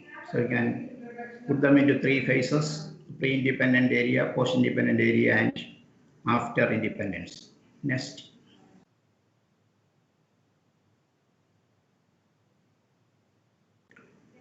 So I'm not explaining all these historical initiatives, but one or two reflections on some of the programs. So in community development paper, most of you have studied the historical development. Some of them are individual initiatives. Some of them are organizational initiatives. Some of them are government initiatives. So if you just analyze the Srinagar experiment by Rabindranath Tagore, you can find that it's a lot of informal education, lot of capacity building training, formation of various cooperatives. So all community development thinking was there even in 1920. So this year it is of 100 year. After 100 year, when we see that what are its essential elements of community organization, we find the seminal gems in the Srinagar experiment. Same with Sevagram experiment of Mahatma Gandhi, where today we speak a lot about local self-sufficiency in food, in employment, self-sufficient villages. In this COVID situation, people are re-looking at globalization, whether we need globalization or local self-sufficiency. So the Sevagram experiment, the core philosophy is self-sufficient village, village Swaraj. You have village autonomy. So the thinking of that is organizing people at the grassroots for their own socio-economic well-being is still relevant. Then the third Martandam project was initiated by YMCA for the development of the farmers, because Martandam is a locality in southern India, in Kanyakumari district, where we find a lot of rubber plantation. And these plantation workers, they organized them and provided them beekeeping training, beekeeping, apiculture, and they formed their cooperatives. Even today in the international market, you can find the Martandam honey. It's one of the best branded honey in the world. It's initiated some 100 years back by this organization initiatives YMCA. So technology and skill training in apiculture, coupled with forming strong organizations, resulting in creating better marketing linkages. So many families fetch their livelihood even today in the village of Marthandam in Kanyakumari district from beekeeping. So a sustainable project initiated 100 years back. Next slide. So after independence, you find various pilot projects of ITAVA, that is an integrated project of creating employment, income, skill training. And our 1977 project of IRDP is, I would say, it's a replication of the models that we developed. So after independence, we find developing models. In 1952 onwards, Community Development Block, National Extension Program. So model community development programs started all over India, and strengthening of local self-government is the history. Next.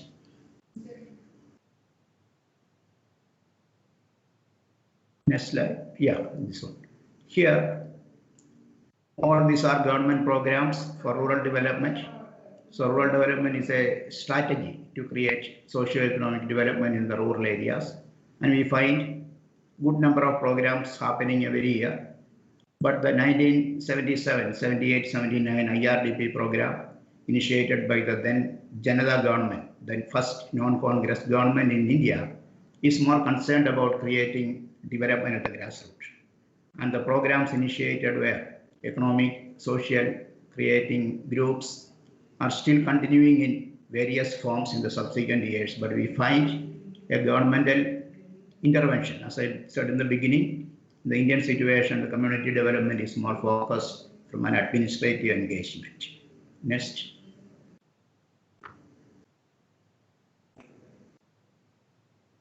So this is I just taken up most of the programs that is happening, the year of starting, how it is creating. When you analyze all this program, you can see that some of them are into creating common assets, drinking water, some of them into sanitation, that is and behavioral change, some into income programs, well-being programs. So you can put all this into either informal education, creating community assets, creating employability, and so on.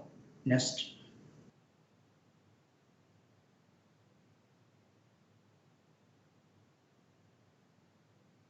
Next slide. So these are some of the ongoing programs of the present government of India in terms of skill development. A lot of emphasis on capability.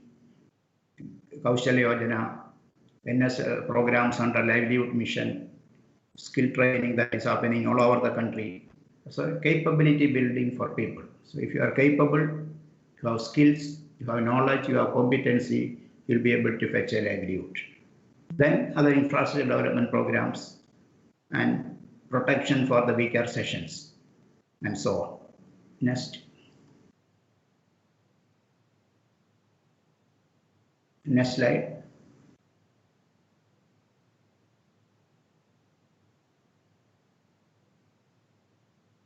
So if you make an analysis of all the Indian programs, again, that can be clubbed under the three categories which I described in the beginning. Informal education streams, non-formal education, literacy, skill development. Then formation of cooperatives, farmer organizations, women collectives. Millions of money is spent by Government of India for creating self-help groups. Investment by the National Bank, NABARD, formation of cooperatives. So collective action is a pathway of creating development in community. Then organization development. So after the 72 and 73rd Amendment in 1992 and 94, we find strengthening of the three-tier system. So all development is happening to local self-government and the people's participation in the grassroots. So deepening democracy, organization development in World Bank term is nothing but we are deepening the democracy. And then decentralization and devolution of power. So the whole saga of LSG, local self-government in India, is clustered about creating sustainable organizations with a governmental control, definitely, and administrative kind of community engagement. So this history is from pre-independence, independence, and the post-independence, and right now can be summarized into fostering capacity of local cooperation, self-help, a concern with social and economic development of people by working with the people for their own development. So that is an analysis about the various components of community development that have happened in India. Next. Next slide. Okay, so this thing, the whole thing can be put in different frameworks. The recent frameworks, some of them are already being explained in the previous presentation by Professor Kadambari. So the approach in India is more of community driven. So the self-help groups program, microcredit programs, Jalanidhi program, that's a very successful community development program in India of organizing people to create sustainable water resources for them, for community participation in drinking water. So it's a community driven. Then you find that right-based perspectives being built into by international agencies, UN, especially in the Asian countries where people are gaining awareness about the rights. Then very much discussed about the asset-based community development initiated by USA Code Institute, Ford Foundation, They have a lot of experiments in India and Pakistan of looking at the capabilities of people and strengthening their capabilities. But one major critique of asset-based community development is the idea that your assets, your capabilities are good, but social structural changes, when the system is so corrupt, where you cannot do anything, is not adequately considered in asset-based community development, where we look for structural changes. Another framework that is also explained in the previous presentation of creating sustainable livelihood, 5 capital, environmental capital, social capital, political capital, economic capital, and so on. And that is also a system model that is being practiced to implement community development. Then the next model is local level social development. Micro level interventions that is being taken in the South Asian countries and the East African countries, linked to the government intervention or administrative intervention in creating local development. So these are the 5 frameworks that is used in community development, which is evolved all through the last maybe 60 years after the Second World War. Next. Okay, that is all. I have given some references for your better understanding about this historical analysis. And thank you for listening to this presentation. I know that many of the concepts I discussed are already shared in the previous presentation. It may be a repetition, and for the students in social work, many of them are not new, but I look from a frameworks, how they have developed historically, and how we'll be able to take care for further engagement in the context of COVID that is created problem for everyone to engage in community. So thank you very much, and welcome to the questions or reflections from the participants.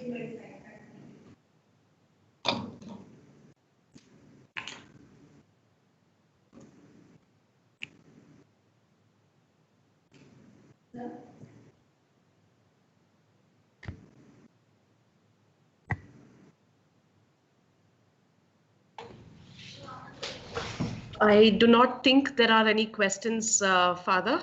Yeah. If there is any further questions, you can kindly put it up in the chat box and we will forward it to Father for clarification. So as of now, I do not think there are any questions. Father, would you want us to share your slides with the participants? Yeah, definitely. You can share it. Okay, thank you, Father. Thank you very much, Reverend Father Dr. K.M. Joseph, sir. It was a wonderful presentation, and you are highlighted and given an overview of entire community development. And also you have highlighted some of the important aspects about sustainable development community and the community participation, how it is important in the society. So thank you very much. In spite of your busy schedule, you accepted our invitation and given a very good vast area of knowledge of information and enlightened our participants. Thanks once again on behalf of the department and college. Thank you, sir. Thank you very much for inviting and giving an opportunity, collaborating with you virtually, so developing the potential of virtual community. Thank you. Thank you, sir. Now, I would like to request next session speaker, Dr. Chandramouli, Assistant Professor and Chairperson, Department of Studies, Mysore University of Mysore, would like to present community development programs and overview and registrations of NGOs. I request Madam Dr. Patricia N.M. Go to introduce our speaker.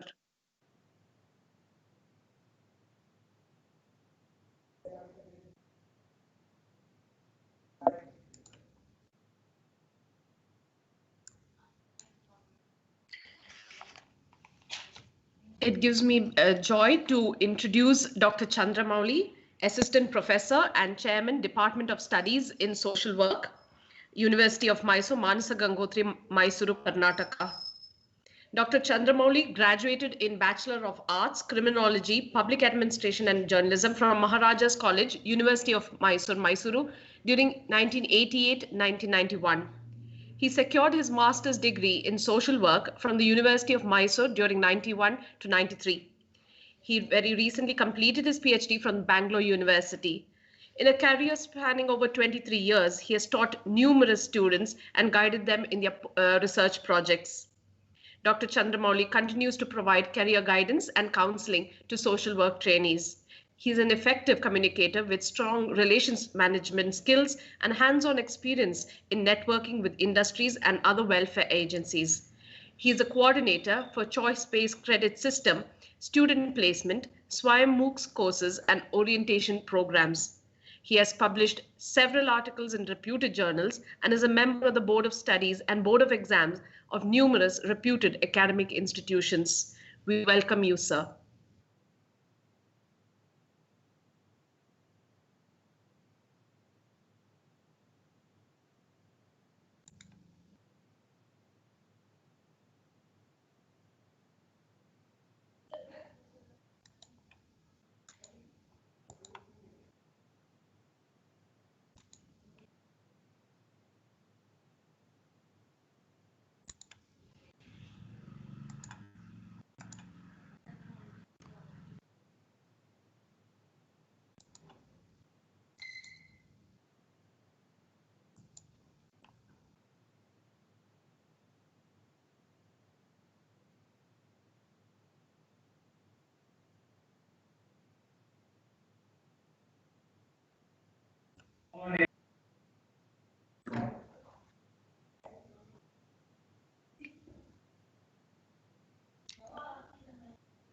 Dr. Chandramouli?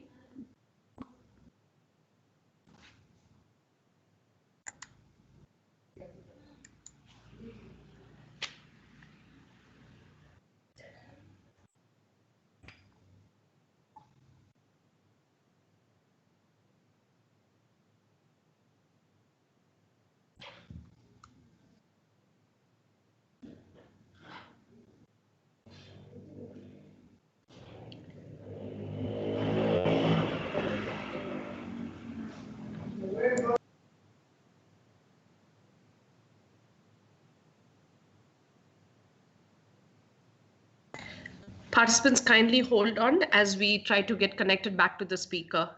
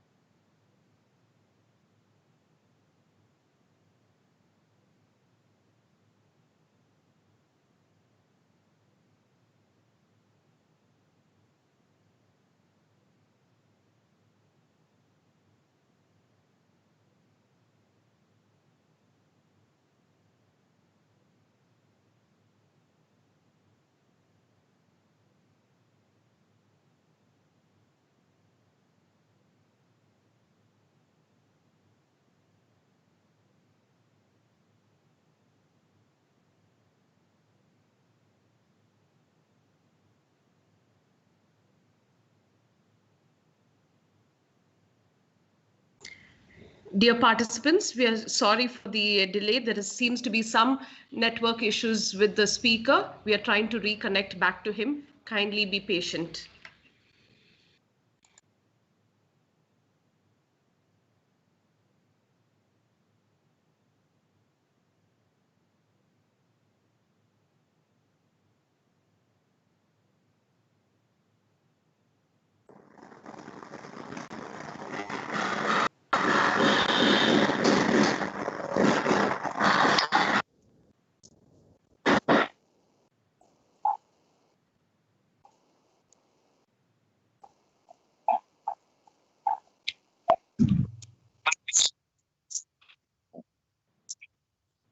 Okay. Hello. Okay, fine, but I'm not seeing your. I would like to request Dr. Chandramouli sir, Assistant Professor and Chairperson, Department Studies in Social Work, University of Mysore, Mysore. He will be presenting community development programs and overview and registration of NGOs. I would like to request Dr. N.M. Patricia Vigo to introduce the guest.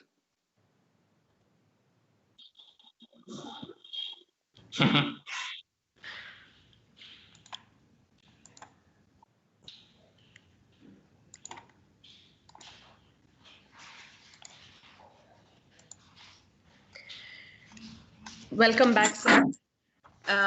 Dr. Chandramouli works as the Assistant Professor and Chairman, Department of Studies in Social Work, University of Mysore, Manasa Gangotri. As stated earlier, he has graduated in Bachelor of Arts with Criminology, Public Administration and Journalism from Maharaja's College, University of Mysuru. He has secured his master's degree in social work from the University of Mysore during 91-93, and he completed his PhD from Bangalore University, Bengaluru. In a career spanning over 23 years, he has taught numerous postgraduate students and guided them in their research projects. Dr. Chandramouli continues to provide career guidance and counseling to social work trainees and is an effective communicator with strong relationship management skills and hands-on experience in networking with industries and other welfare agencies. He is a coordinator for choice-based credit system, student placements via MOOCs courses and orientation programs. He has published several articles in reputed journals and is a member of the Board of Studies and Board of Exams of numerous reputed academic institutions. We warmly welcome you, sir, for the next session. Okay.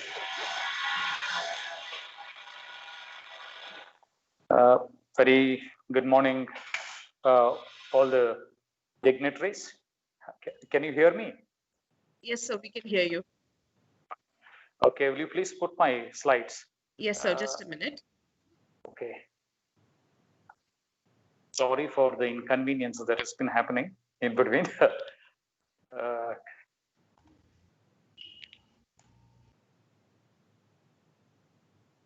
you able to view your slides, sir? Yes, of course. Thank you. Thank you. Shall I start? Yes, please do, sir. Okay. Very good morning to all of you once again, friends, all my dear colleagues. I thank the Puja Bhagavat Mahajana PG Center, the director, everybody for organizing this very good program. Well, I'm very happy to share some of my understanding about the community development. My previous speaker has given you a very wonderful picture about the historical background and also the early community development experiments being conducted in the whole of the country. Okay, so my task has been made very much easier. Okay, so let me start now. Can I change the slide? Can I request a change of slide, please? Oh, yes. Now, what constitutes a community? So all of us have been hearing the term community most of the time, but have you ever understood the meaning of the community? It's very simple.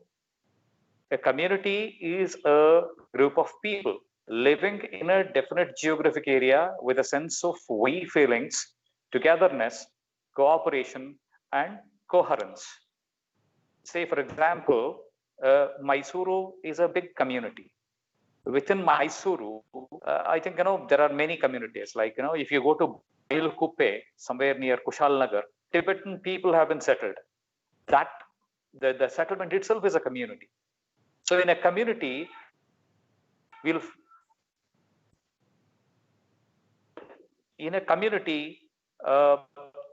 find a lot of people living together with a sense of togetherness, and we will see, in spite of all the differences in their nationality, language, caste, color, creed, and even socio-economic status, we will see some sort of social functioning. They live together for a long time.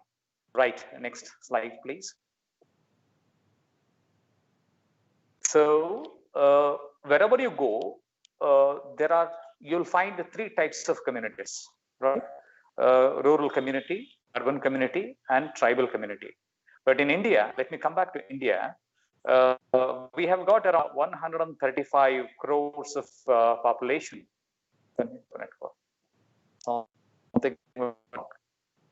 Something went wrong.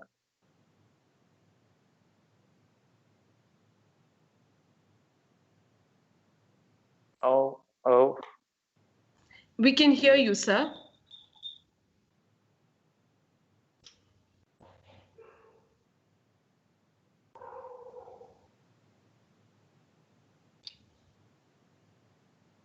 Something went wrong. Okay. Can you see me?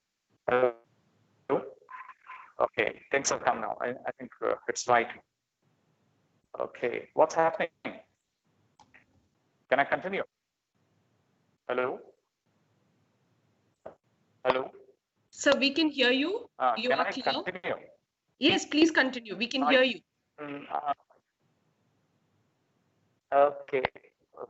Okay. So in India, we have a total population of 135 crores right now, and we are going to progress more.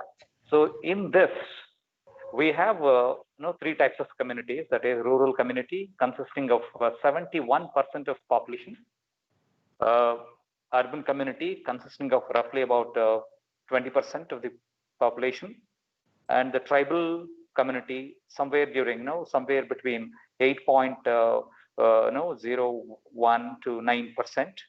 So if you take all this, probably you'll see a wonderful picture of the entire country, the population, right? So the challenges, the needs, the requirements, and the problems of each communities are different and unique. So we have a very, very important area to function as social workers. Can you change the next slide, please? Next slide. Hello. Next slide. The slide has been changed. Yes. Well, community development in the modern days is practiced by both the governmental departments, non-governmental organizations, churches, schools, etc. Right? My question to you is whether this community development is it a recent practice? If I ask you this question, probably all of you will answer definitely no. Community development has been in practice since the time immemorial. That means from the days of the Maharajas and the kings of the olden days. Particularly, let me cite some of the example of particularly the Emperor Ashoka.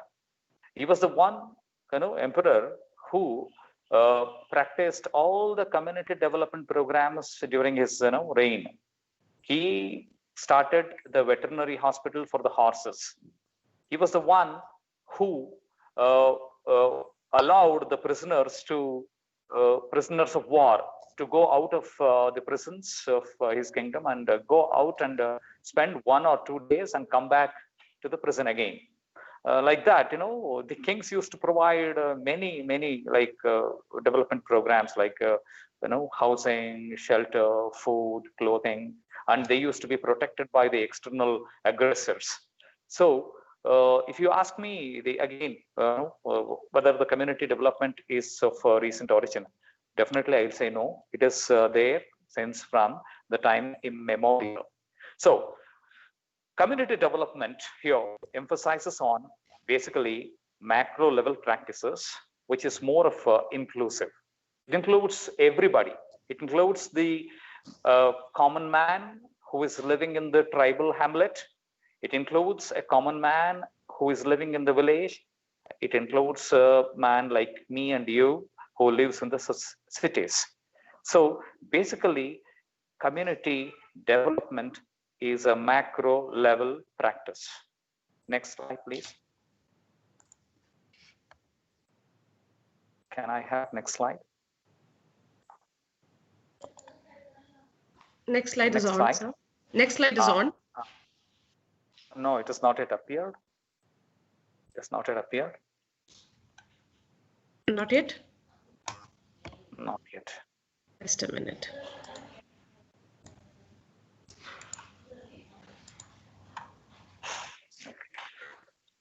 Okay.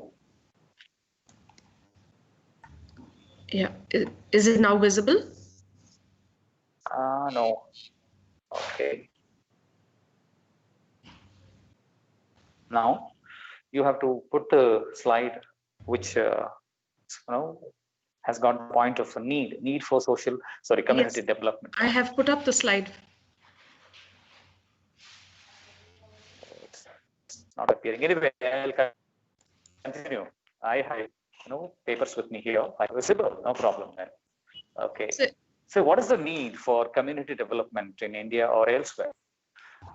The need is a very important thing to address the community challenges, the problems, manage community resources and improve the quality of life, and also to improve the social functioning. No, I'm not saying, yes, it's here.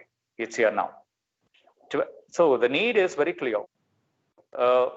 Every community development agent or social worker tries to address the community problems, okay, challenges, manage the community resources and improve the social functioning, right? Say, for example, poverty alleviation, unemployment situation, generating employment program. That's why the government, okay, stopping migration of rural people to the urban areas, stopping or controlling violence, health issues. Right now we have been suffering from this pandemic, right? So the whole of the country, the whole of the world have been really trying to control the pandemic. So taking care of the issues of health, disaster preparedness and management, etc. So can I have the next slide, please?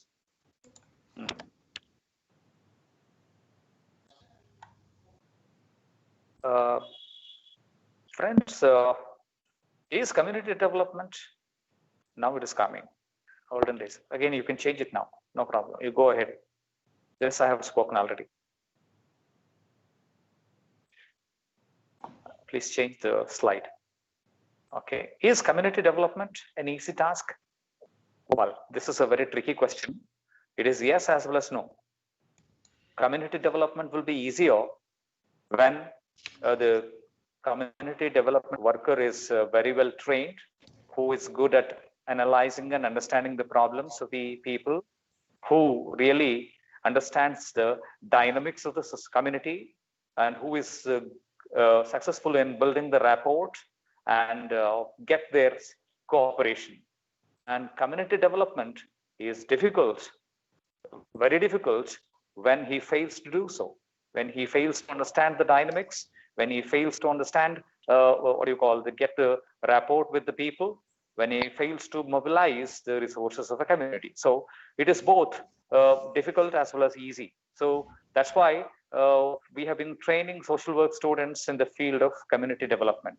So anyway, I just give you the definition of community development. It is a systematically planned long-term activity which requires effective people's participation from the beginning till the end.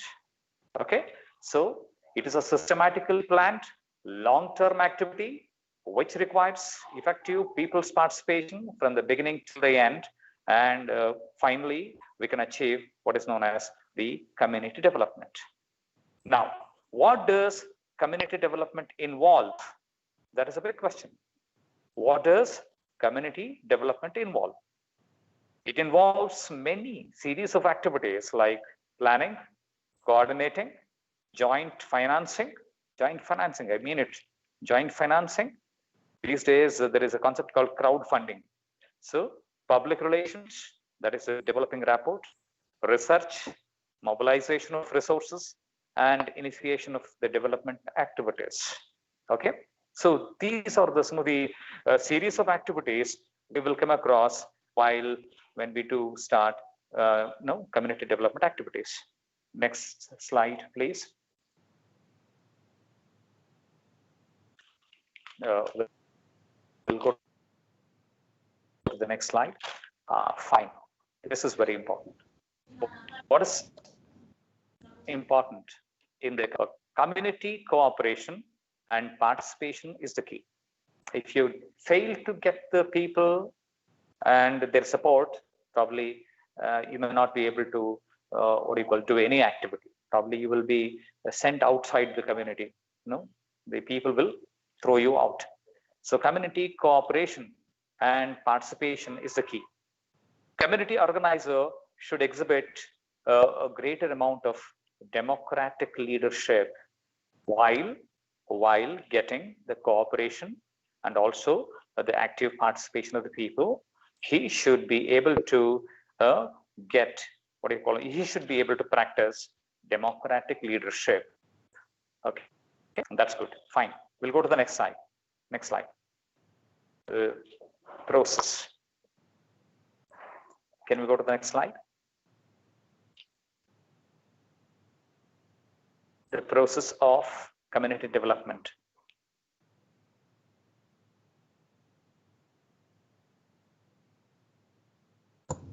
Hello? I'm on the next slide, sir. Will you please change the slide? We're on the next slide. No. Things have gone. Hello? There is a disturbance. Will you change the slide?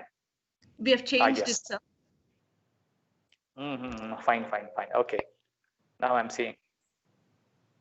Well, the process of community development involves 4 simple steps. The first one is identifying the community needs. The second one is building the consensus. Third one is taking action or implementation or execution of the planned activities. Fourth one is reflecting and adapting. Okay, I'll explain one by one what all these things, right? Step 1, that is, can you change the slide? Step 1, that is to identify the community needs. The first step, right?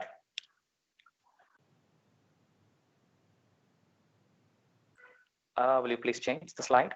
That will be easy for you people also. First step, identifying here the community development worker conducts a survey, a rapid assessment survey sometimes. Okay, so he identifies the key individuals in the community, and later through them will invite the local people for a series of meetings. So he will do 2 things here. Number 1, he'll conduct and identify the key people and also the local people. So invite them for a series of meetings, establish rapport or working relationship with them, and he'll start slowly reflecting upon the issues of the community, like the problems, the challenges, and the issues of community, right? Can I have the next? Here, everyone is given an equal opportunity to express themselves and share their views and points. Okay, next slide, please. So when they start doing reflection and discussion, connection has gone. So busy dine,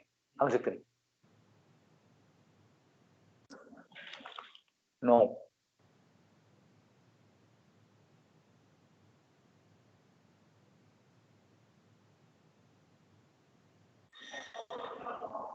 Well, the second thing is, okay, second step. Second, come back, please. Come back, second step. Yeah, you're gone to the third step. You're gone to the third step. Come back. Hello, can you hear me? Sir, we are on the second step. Yes. Now it has appeared. Okay. At the end of the first step, what you do is you identify the most pressing issues, like, for example, poor medical facilities, poor schooling, lack of quality basic services like potable water, electricity, etc., housing conditions, and many. And in the second step, that is building the consensus. It is more of like getting, or developing a strong public opinion, developing a strong awareness. It is also a stage of, I can say, sensitization of the right. So here, the community organizer or community development will conduct what you call series of meetings with the reflection groups and identify the most important needs of the community. It might be anything, right? It might be anything like potable water, housing, schools, health centers, roads, or many other things. So the second step is very key. It is like a key with regard to the development of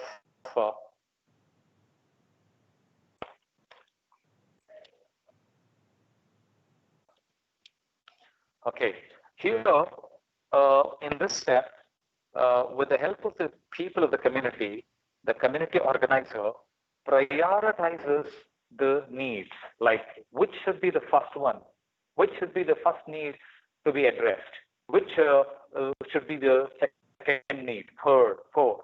So they will, prioritize it and they put it in the ranking, like first one, second one, third one, fourth, like this, based on the, what do you call, the need and the necessity. Shall I go to the next one?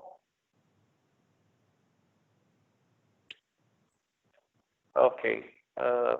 While doing this program, in the recent days, they also avail the assistance from both the government as well as corporate houses like industries, big industries, through their CSR funds. They sponsor a lot of things, and that will definitely help the, what do you call, planning and implementation of the community activities. Okay. Can we go to the next one?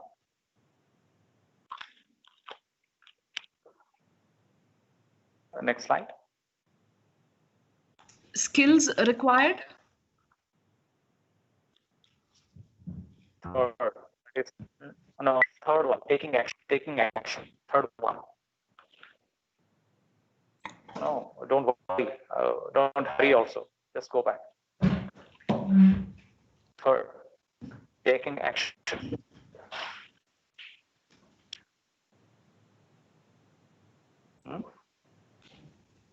Okay. Little. Can I do something here? No. I want the slide which speaks about taking action. We are put you on the slide, sir. You're already on the third slide, taking action. No, it is the fourth appearing now. Fourth, reflect that. Taking action. Shall I continue? But I'm seeing the fourth slide.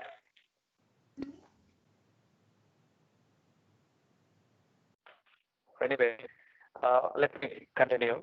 In the third step, the community organizer will go for implementation or taking action or execution of the planned activity.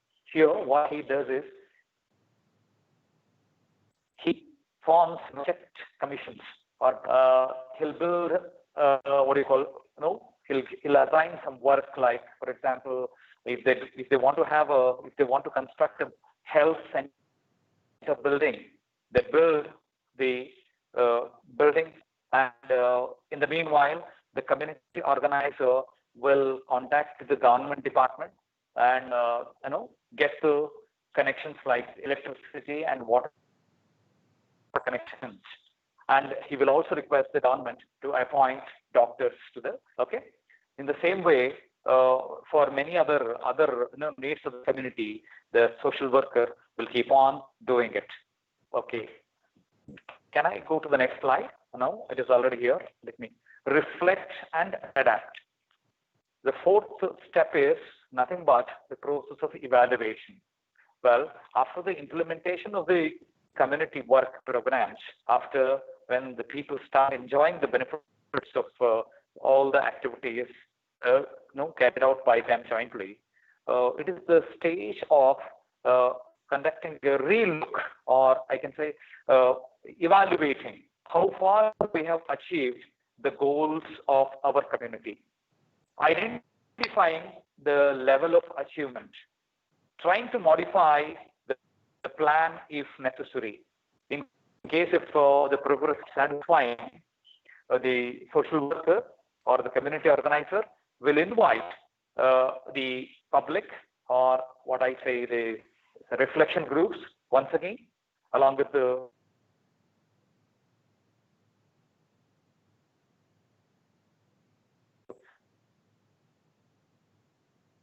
senior key members where can be improved upon. So reflecting and adapting means, so again, taking a relook and trying to correct the method of action. Okay. Now, can we go to the next slide? Please. Can we go to the next slide, please? Moved to the next slide. Skills required for the community organizer.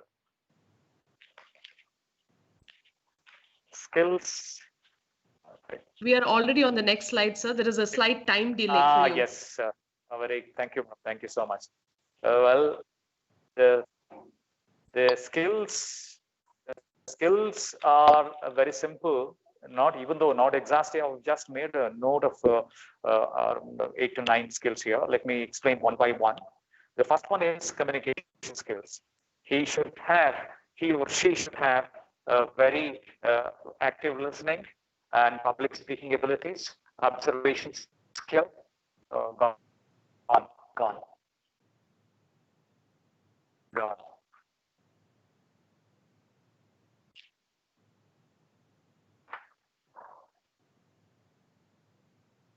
Skills. I think here. Skills. Sir, can you kindly repeat what you just said? Because there was a delay and we couldn't hear what you said. Can you kindly repeat? Yes, madam. Which point should I repeat, madam? The present point which you were explaining. The point which we were explaining. Can you kindly repeat? Yes, of course. The skills I'm referring to now. The skills, right? Yes. Okay. First skill is communication skill. The community organizer should be a very powerful speaker, public speaker, and he should be a very good listener, because when he listens, people start developing interest. When he listens, people start showing interest in the community endeavor. Okay, so what I suggest here is the first skill is very crucial for any community organizer, communication skill. Earlier we had we have a what do you call Airtel, right? Airtel is a mobile company which had devised a statement in Canada. Let me tell you that. Matanaduvavane jana. So here they have done it for the purpose of commercial purposes, but here for the community worker, I tell you, if the community worker speaks mindfully, listens carefully, probably he will enlist the cooperation of the people. So the second skill is observation skill. Observation skill is very important, as sometimes what happens, people might not really take you to the real factors of the problem. Sometimes their ignorance, their improper understanding of the social phenomena or the challenges may not be able to make them to speak to you and understand the community issues. But the community organizer is very skillful in observation. Things will definitely go well. So he should be a very good observer. And the third one is critical thinking. Critical thinking, we call it as a very important skill. Like the social worker or the community organizer will start questioning himself within oneself. What is this happening? Why it is happening? Why the people are suffering from problems? Can we do something different? Okay, he will go on speaking to the people, but at the same time, he will be thinking differently. Critical think is necessary to identify the both immediate solutions as well as long-term solutions to the problems of the community people. Okay, critical thinking is very much required for social workers. The fourth skill is organizing skills. Very important again. He has to organize the meetings. He has to organize the things which are required for many activities while doing the community work. So organizing skill is a must. And the fifth skill is time management, right? So time management is quintessential because the people will be waiting and looking at you in the community. If you are late, they will never turn up. So time management and conducting timely, activities in the right time will always keep you on track. Going to the sixth, skill, resource mobilization skill, a very important skill again.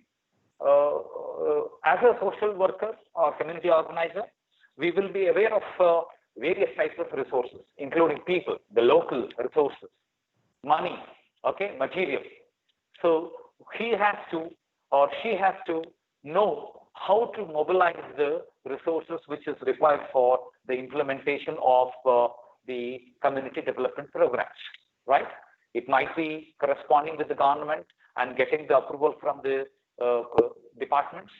Okay, it might be to speak to the industrial executives and get the release of the CSR funds, or it might be in the form of speaking to the local people and preparing teams. So resource mobilization is a very important skill. Okay, coming to the seventh one, ability to prioritize the needs. Okay, I should have put it in the earlier point. This should have been put it in the first or second point. Anyway, no problem. Ability to prioritize. As a community organizer, I should know which needs are to be taken up first. I should be able to convince the people which is the most pressing problem. So the ability or the skill of prioritizing the needs is very important. Then the eighth one is leadership skill. Undoubtedly, one of the finest skill a community worker should possess is leadership skill. Leader will always take the followers along with him. So a leader should be a democratic person.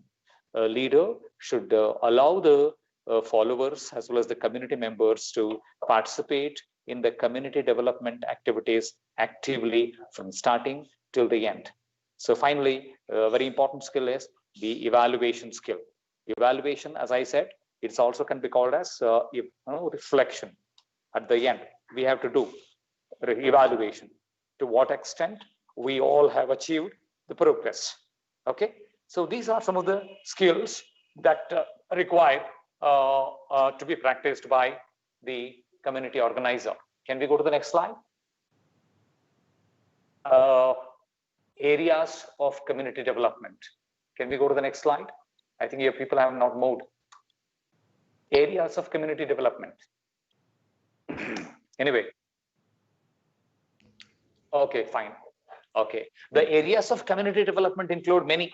It is varied from society to society, community to community, from country to country, I tell you. Okay. So if you just go to the community like Pakistan, their needs will be different. If you come to a country like Bangladesh, the needs will be different. The areas will be different. In the same way, I have just made a small effort to identify the areas of community development here. The first one is housing, right? So that's why the government of India has brought in a lot of housing schemes. Ambedkar Awas Yojana, Basava Yojana, Rajiv Gandhi Housing Corporation, and many housing schemes to provide housing to the needy and the poor people. The second one is economic development. A very important thing is, all other development happens through economic development. The per capita income should be enhanced time and again to fulfill the needs of the people, right? So friends, second area of community development is economic development. Okay, are you hearing, following? Hello, am I? Okay, fine. The third, the second thing is, economic development. The government of India as well as the state governments have developed what is known as Skill India programs in the recent times. So friends, I tell you, economic development need not happen only through the government departments. Sometimes, the NGOs can also take up the responsibility of working with the youths, developing their skills and making them self-employed. The third point here is leadership development among youth. A very important thing in India, because India is a vast country where even though we have 135 crores of people together, we are in dearth scarcity of leaders. We are in dearth requirement of a democratic, secularistic leader in the country. So the wonderful area for a community organizer or developer is he can work with the youths, develop their leadership qualities with them. Okay, so leaders are those who really bring a lot of changes. In fact, community development relies upon, well, basically focuses upon bringing social changes, and social changes can be brought in only with effective leaders, right? The fourth point area is local governance. What I want to say here is, recently, thanks to the government, they have introduced what is known as the reservation policy to the women representatives to participate in the local elections. That is gram panchayats or village panchayats, or even the taluka panchayats and many. But unfortunately, what is happening is suddenly women have started coming to, they got elected, but they don't know how to take care of the administration. They don't know how to run the show. So usually what is happening, their husbands will follow them and they'll be sitting next to them for whatever the activities. The women will be looking at their husbands. So local governance, see, we have to provide training to the women representatives who have been elected in the local elections to understand the art of local governance. Okay, coming to the fifth one, environmental resources management. India, amazingly, I tell you, it's a need of the day now. We have been facing acute problems. We have been welcoming all the disasters. We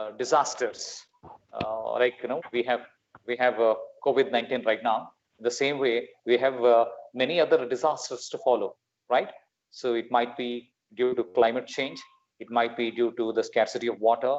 It might be due to the or deterioration of the quality of soil and degradation of environment, many things.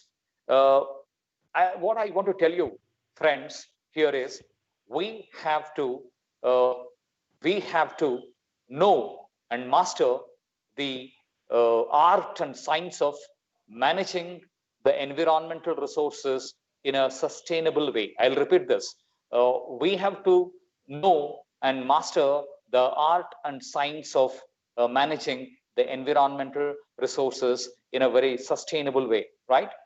So we have water for today, but we don't know when it will end. So we know we should know how to restore it for our next generation. Okay, coming to the sixth part, that is area, malnutrition. Let me go back to the, about a couple of years back, not couple, 7 years back, when our former Prime Minister, Mr. Manmohan Singh ji was the Prime Minister.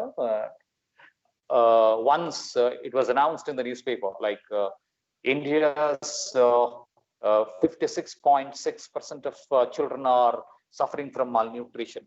He made a big statement. The statement was, he said, it is a national shame.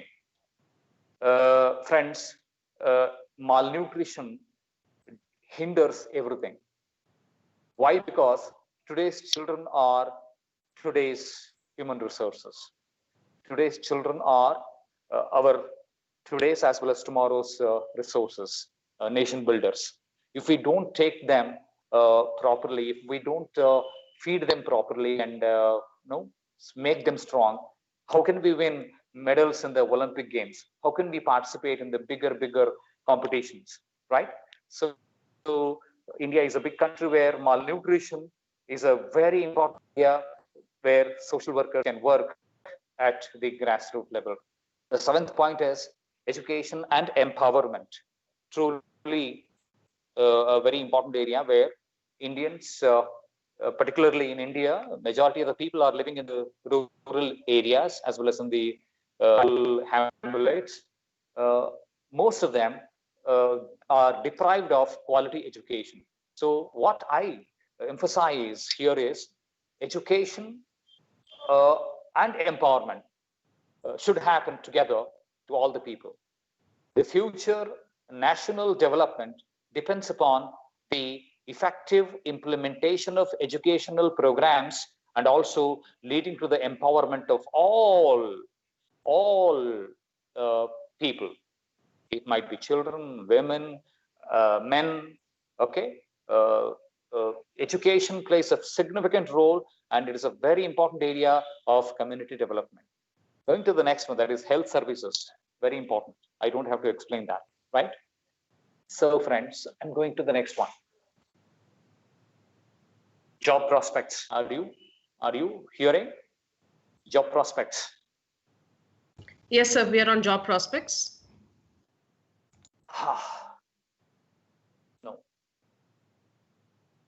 No. Hi. Hello. We can hear you. Hello.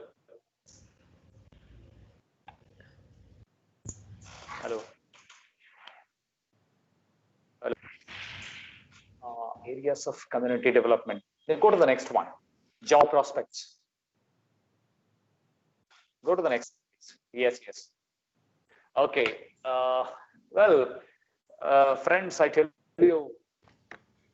Yes. What I have noticed for the last almost 23 years of my teaching here is in the PG Department of Social Work. Most of the students focus on getting a job either in the industries or in the hospital setup. But India is a country where people who live in the villages are more.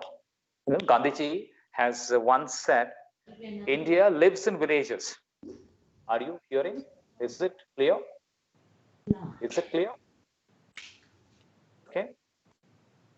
Okay, fine. Okay. So Gandhiji had made a point. India lives in villages. Friends, these days, please, look to the other side. That is, rural communities, tribal communities, or urban communities require the attention of the social workers. We have got n number of problems, like for example, in the urban communities, I'm telling you, cleanliness, hygiene. Okay, the government has come out with a Swachh Bharat mission, but it is finding it very difficult to maintain, convince the people to maintain the cleanliness in and around our cities.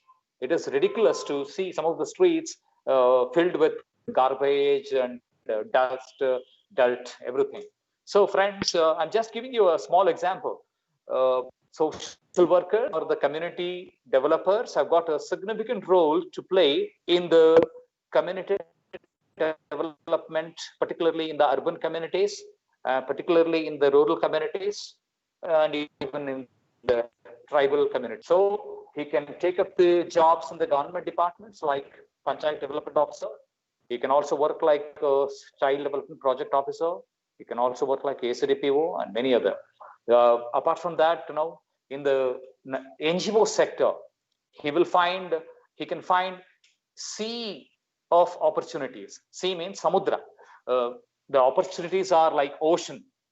He can work with any type of NGOs. So India is having lakhs and lakhs of number of NGOs all around the country. You can find jobs. Only thing is, if you prove that you are very effective, very good, probably they will definitely offer you a very good salary. Okay, please make up your mind and try to look at this. Okay, one can work in either urban, rural, or tribal communities effectively. Okay. Now, last slide. I think I must next. Can I go to the next slide? I had prepared it. Can you just go to the next slide? Oh, this is not the last anyway. Friends, you do not have your last slide.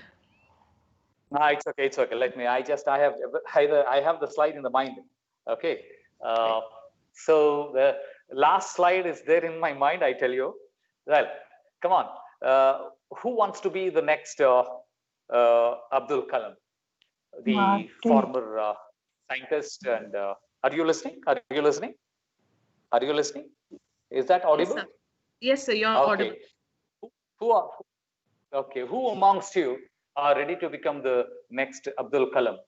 Who amongst you have the ability to become the Salu Marada Timmaka? So Salu Marada Timmaka doesn't have a good qualification. If I, recollect my memory, I hardly feel that probably she must have been a primary school student. Okay, she is an octogenarian now, an old lady, but she could able to plant lot of saplings and could able to grow a big number of trees, right? How many of you want to be the Ruth Manorama, a wonderful social worker who has been awarded the Right to Livelihood Award recently, right? How many of you have the mindset to take up the the responsibilities of Vandana Shiva? Vandana Shiva is an environmentalist, but still she is doing wonderful work in the preservation and promotion of environmental resources. She is a big name in the global world. Okay, how many of you have the ability to start contributing to the development of the community? Friends, contributing for the community development should start with small efforts. Don't think I cannot become Salamarda Timmaka or I cannot become Vandana Shiva. No, you can start thinking within yourself, friends. Okay, what I suggest you is whenever you go to the market, think of or carry a small bag with you. Okay, deny the use of plastic, right? Then whenever you find a water tap open and running water, try to go there and close it and stop the wastage of water.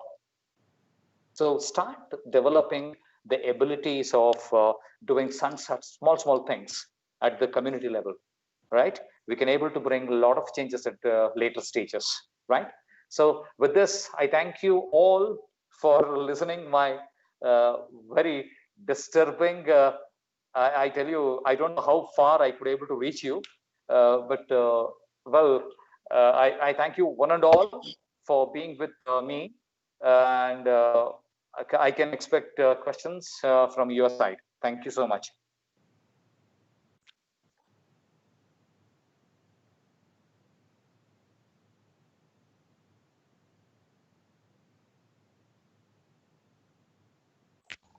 So I do not think there are any questions. Okay. And if there are any questions, they would drop it in the chat box. Okay, so Okay, we madam. have got one of the participants have said that no questions, sir. You have answered all queries. Okay. Was it really, understandable? Was it? Because there was a lot of disturbance from this side and that side. Okay. Participants How was the participants are responding, saying that they thank you for an interactive session. They thank you for a very interactive session, and they feel that it was very simple and very easy to understand. Hello, madam. Okay. Hello. Tell me. Yes. Is there a participant who has a query? Hello, sir. Namaste. Sir, I think there's a participant who has a query. Dr. Chandramouli? Chandramouli, sir. Sir, can you hear me, sir? Yeah, I'm here. Sir, yes, I can hear you. I have one doubt, sir. Yes, please tell. Community development, not easy task. Because see, sir, more PDOs are struggling in panchayat level. Their president and members also I agree. Tell me. Sir. That is what, sir. Maybe last time what in Bangalore University, Dr. Vasanthi Vijay Madam was there. That is HOD of Medical and Psychiatric Social Work. They discussed about this MSW. Your question is not clear, Mr. What's your good name? My name is Veeresh, sir. What's your good name? Tippeswamy Veeresh. Some disturbance is there.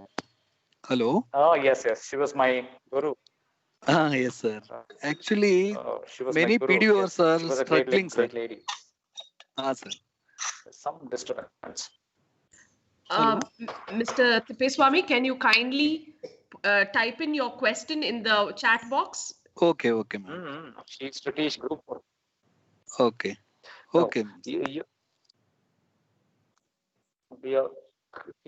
Tippeswamy Veeresh. Okay. Yes, sir. There is some problem in the audio. Okay. Tell me. Sir. You can type the question otherwise. Okay, sir. Thank you. You can type the question. Okay, sir. Okay. Thank you, sir. Disturbance is there. I can see that. Neither I can. Yeah, sir, they would like to have more sessions from you. Yes, sir. I know that. I know the situation. A couple of PDOs have committed suicide also. Yes, sir.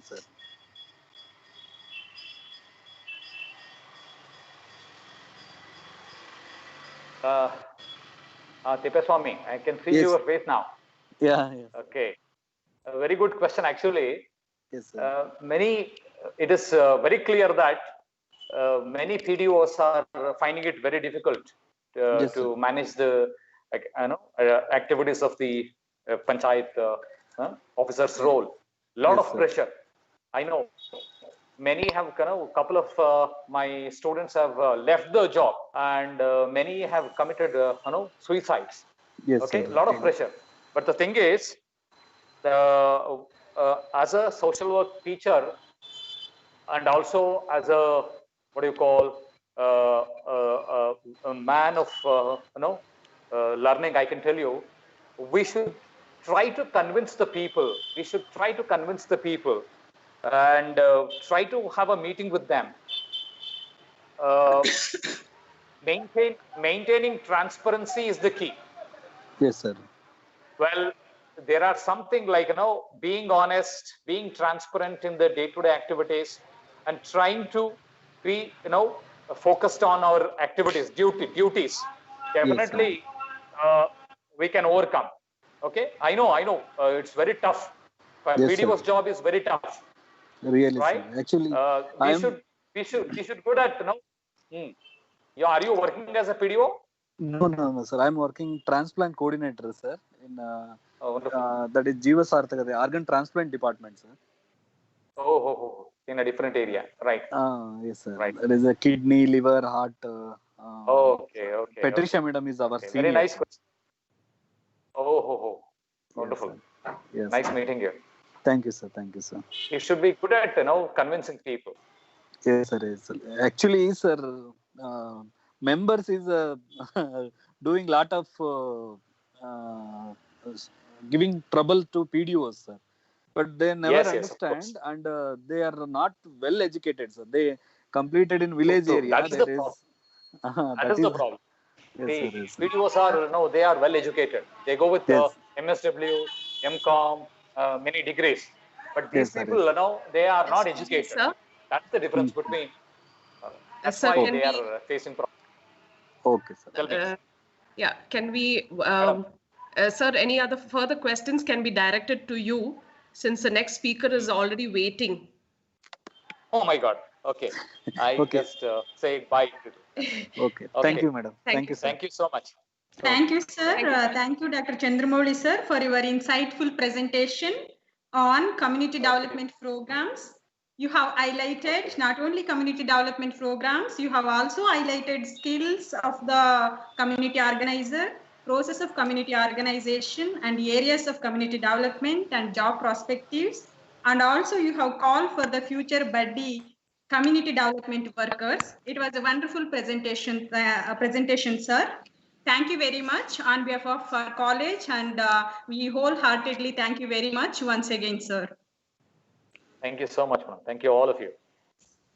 Now, I would like to request and invite Reverend Father Dr. Norby Paul, Senior Lecturer, Department of Social Work, Catholic University of Eastern Africa, Kenya. So, sir is going to present on social isolation and socialization in the community. I would like to request Dr. Patricia Vigo to introduce today's speaker. Madam, over to you.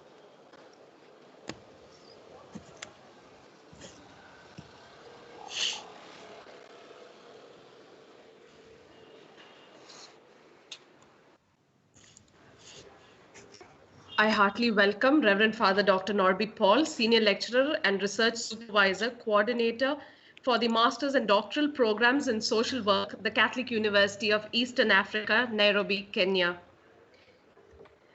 Dr. Norby Paul completed his Masters from the University of Pune and joined DePaul School of Social Work as an academician since 2004. His current research work is focused on displacement with particular interest on social and cultural capital, marginalization, human rights, and community development. He has authored and edited 7 books, of which 4 are on development and displacement. He has published several articles in various national and international journals. He has presented papers at various forums related to social work and displacement. Dr. Norby Paul has made remarkable contributions to academics. He has developed a tool, a social work student's identification of critical pathway in relating social work, the theorem with practicum. This tool facilitates students to understand theory in the fieldwork actions. The tool was experimented and introduced to 2 institutes of 2 universities of Kerala. He has also developed a scale to measure social capital of the displaced people of Kerala with a high reliability. He has further developed another scale to measure marginalization of the ousties of Kerala, which has also got a very high reliability. As part of his strive to promote academic research and molding better social work practitioners, he has been part of research committees and editorial boards of national and international journals. Dr. Paul recently completed his postdoctoral studies at Christ University in Bengaluru, conducting research on the development-induced displacement and marginalization in Kerala. At present, he is the senior lecturer and research supervisor and the coordinator for the master's and doctoral programs in social work in the Catholic University of Eastern Africa, Nairobi, Kenya. We welcome you, Father.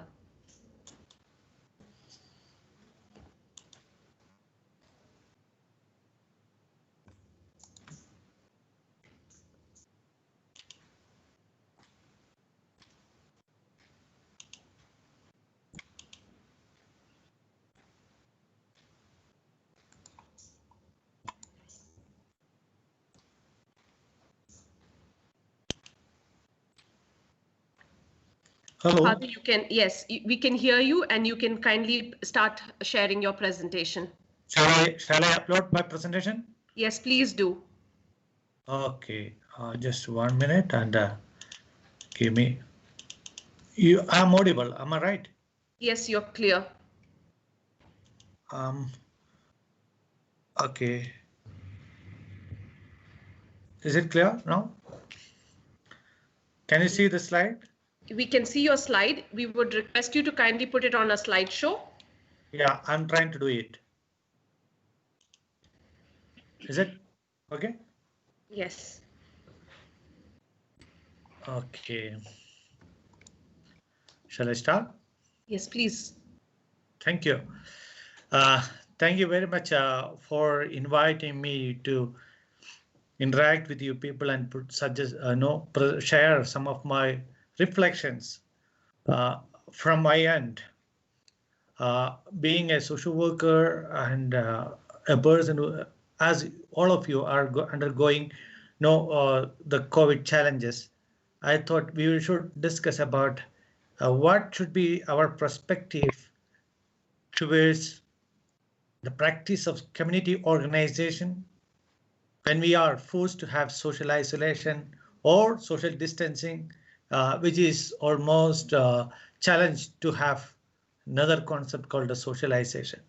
So from the background, we should look into, as we begin, we should begin look into what is social work.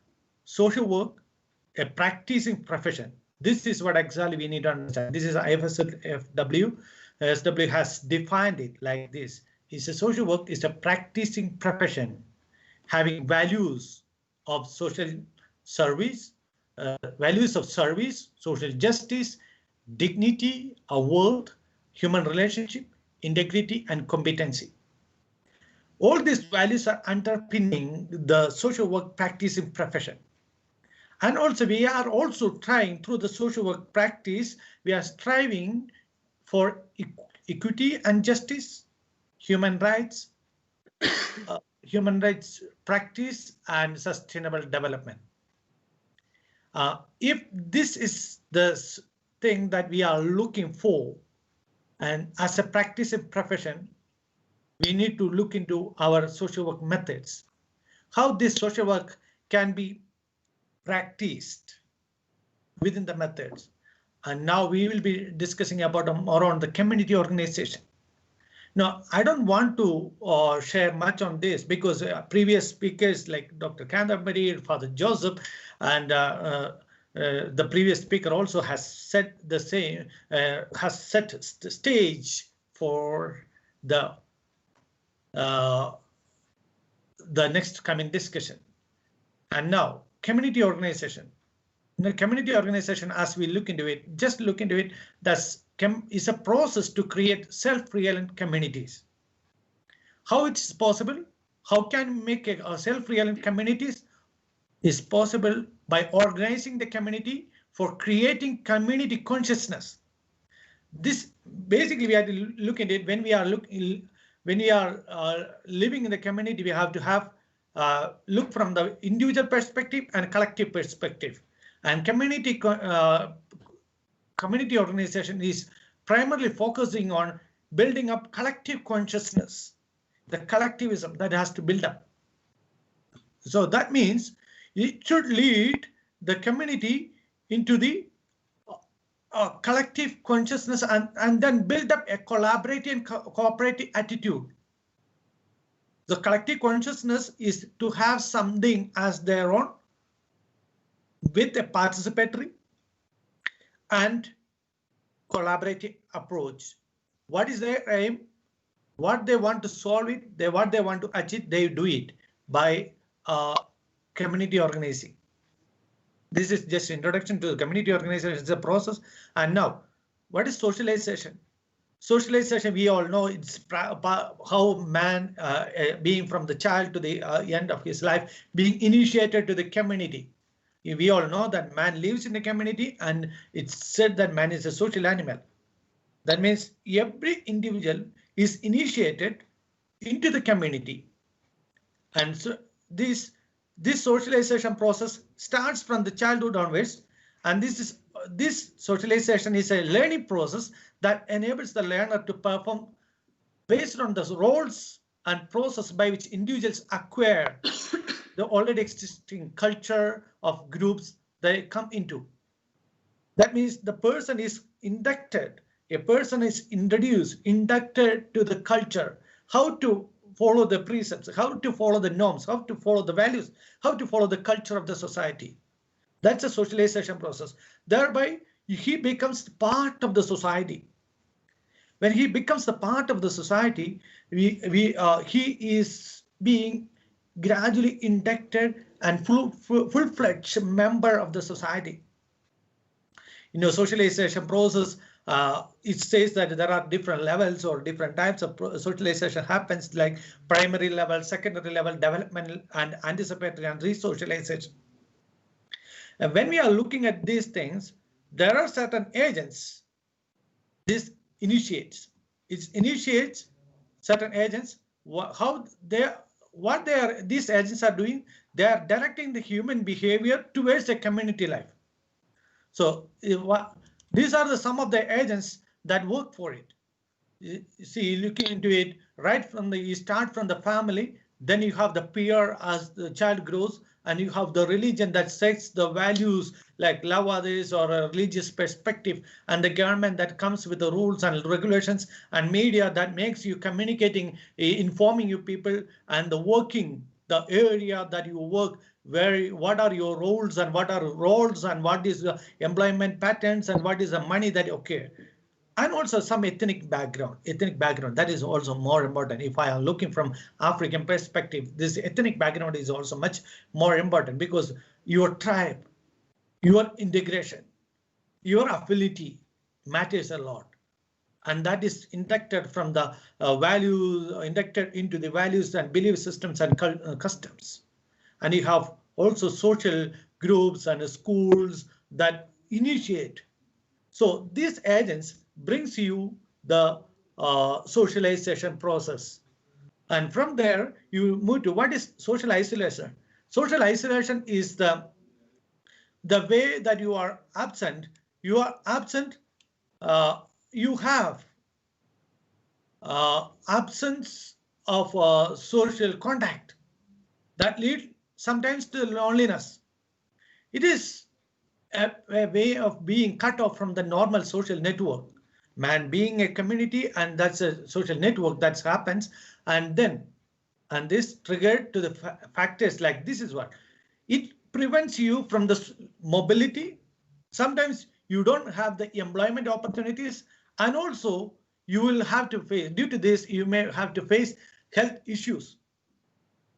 And this isolation also involves you are staying at a home for a lengthy period of time, and you have access to the community services or community involvement, and sometimes you don't have proper communication with the people.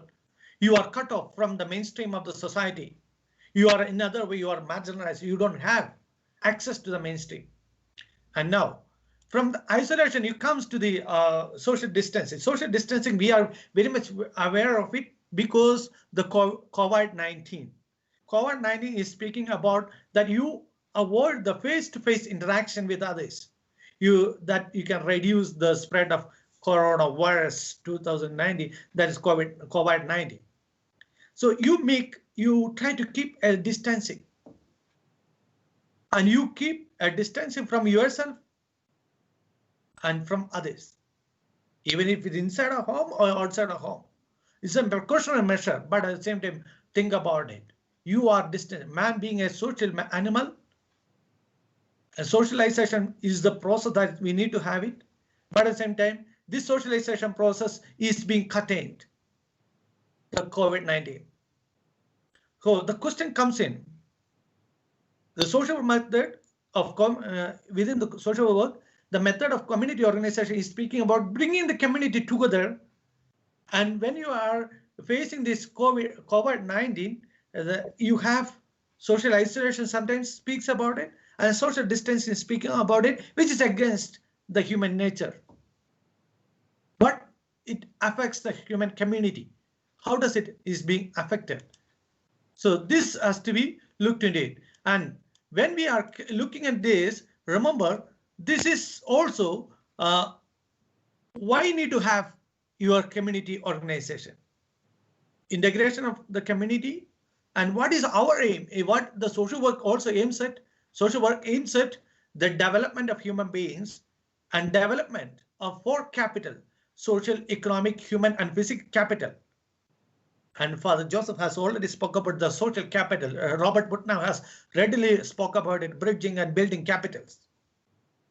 So being a social worker, we all believe that build the social relationship, build the social network that will help the building of other capitals. So what is our aim? To have a sustainable community. The sustainable means you develop a healthy, productive, and meaningful life in the community. It's all speaking about quality of life of a person. When you are speaking about the quality of life of a person, and sustainability, when we look into sustainability, 3 dimensions that you have to look into it. Normally, when we look at the society, we can have it a person where he lives. You have environment, you have the society, you have economy. You feel that when you are not in the community, you feel that you are not integrated. You feel that they are isolated, they are separated. When there is sustainability happens, you have also, there is an interconnection, there is a linkage happens, there is a collaboration happens, a blending of happens sometimes. So that integration, linkaging happens.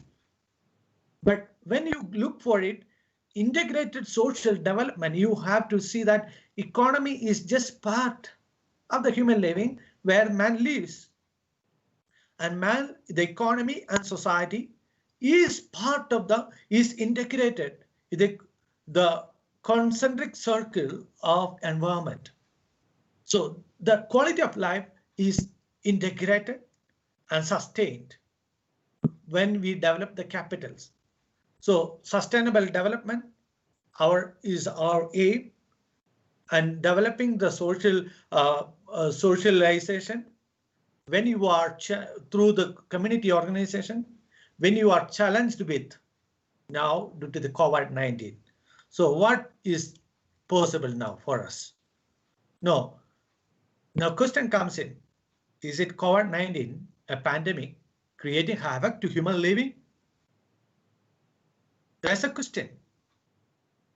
Is it that really matters in the human living? And from some looking to the existing scenario or current analysis of the situation, current situations analysis, when we look at it, you have prevention and cure promoted by social distancing and social isolation for COVID-19 prevention. That's the only way that you can look into it. You promote social distancing instead of building the communities. You ask the people to distance from the others. And this creates a distancing consciousness which is imposed against the human nature. Instead of we social workers ask the people to come together, we ask the people to go for distancing consciousness. You have to be aware. You have to build up your own consciousness that no, this is against your own consciousness. That's ethical now that I should prevent, I should keep contact distance from others. So this practice is challenged now.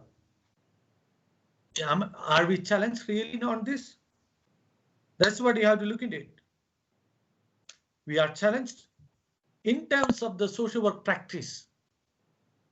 In terms of social work practice and its process, organizing, planning, sustainable development, and program change. That's a process that has to look into it. And when we are looking at COVID-19, it caused some kind of depletion in the natural and ecosystems. And sometimes, no, more than that, it divides the people from rural to urban. And it depleted the economic structure. It weakened the economic structure, the employment pattern, the social systems, the structure of the society is being being cut down into the or shrinked into the individualism and challenge towards the care and protection, that is welfare, the care and protection of the needy and the sick, the welfare concept, how can we address, is being challenged. So what we do, especially when we are from the perspective of Indian culture, if you are looking at world culture, any of the religion, any of the tribes, any of the society, they are built up with on fest and festivals and celebrations, which built on community knit. There is a network, intertwined relationship they are there.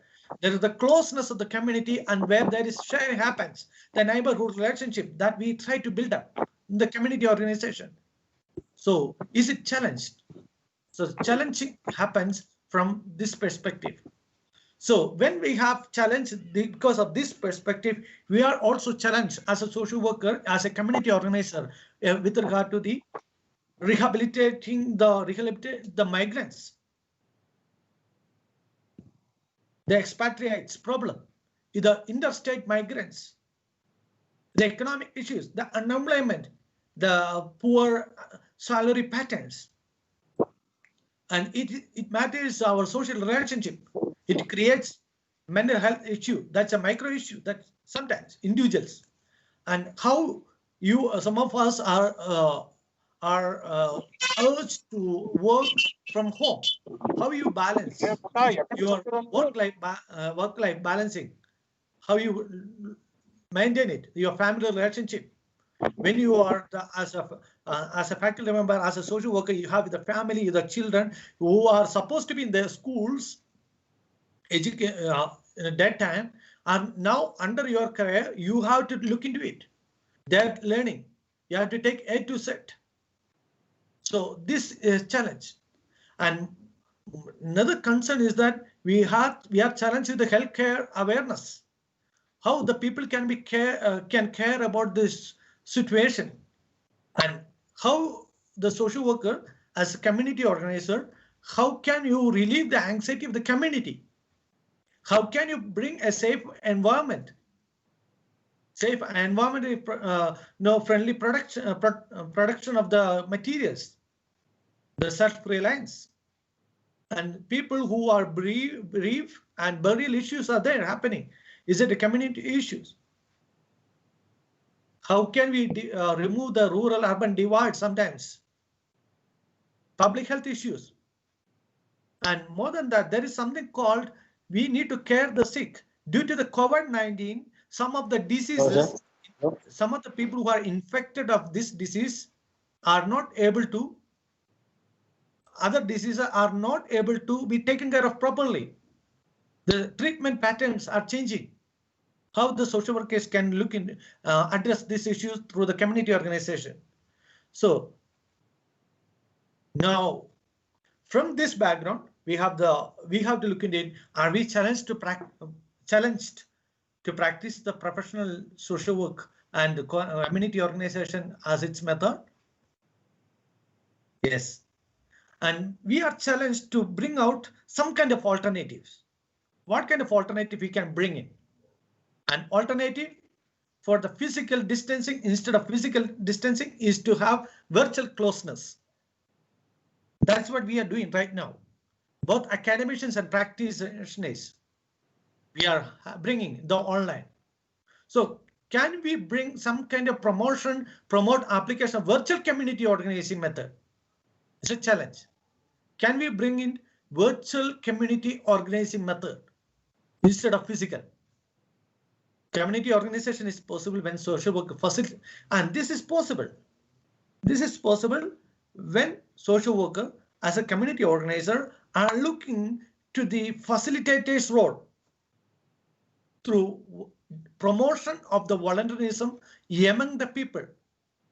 And now volunteerism, how do you define the volunteerism?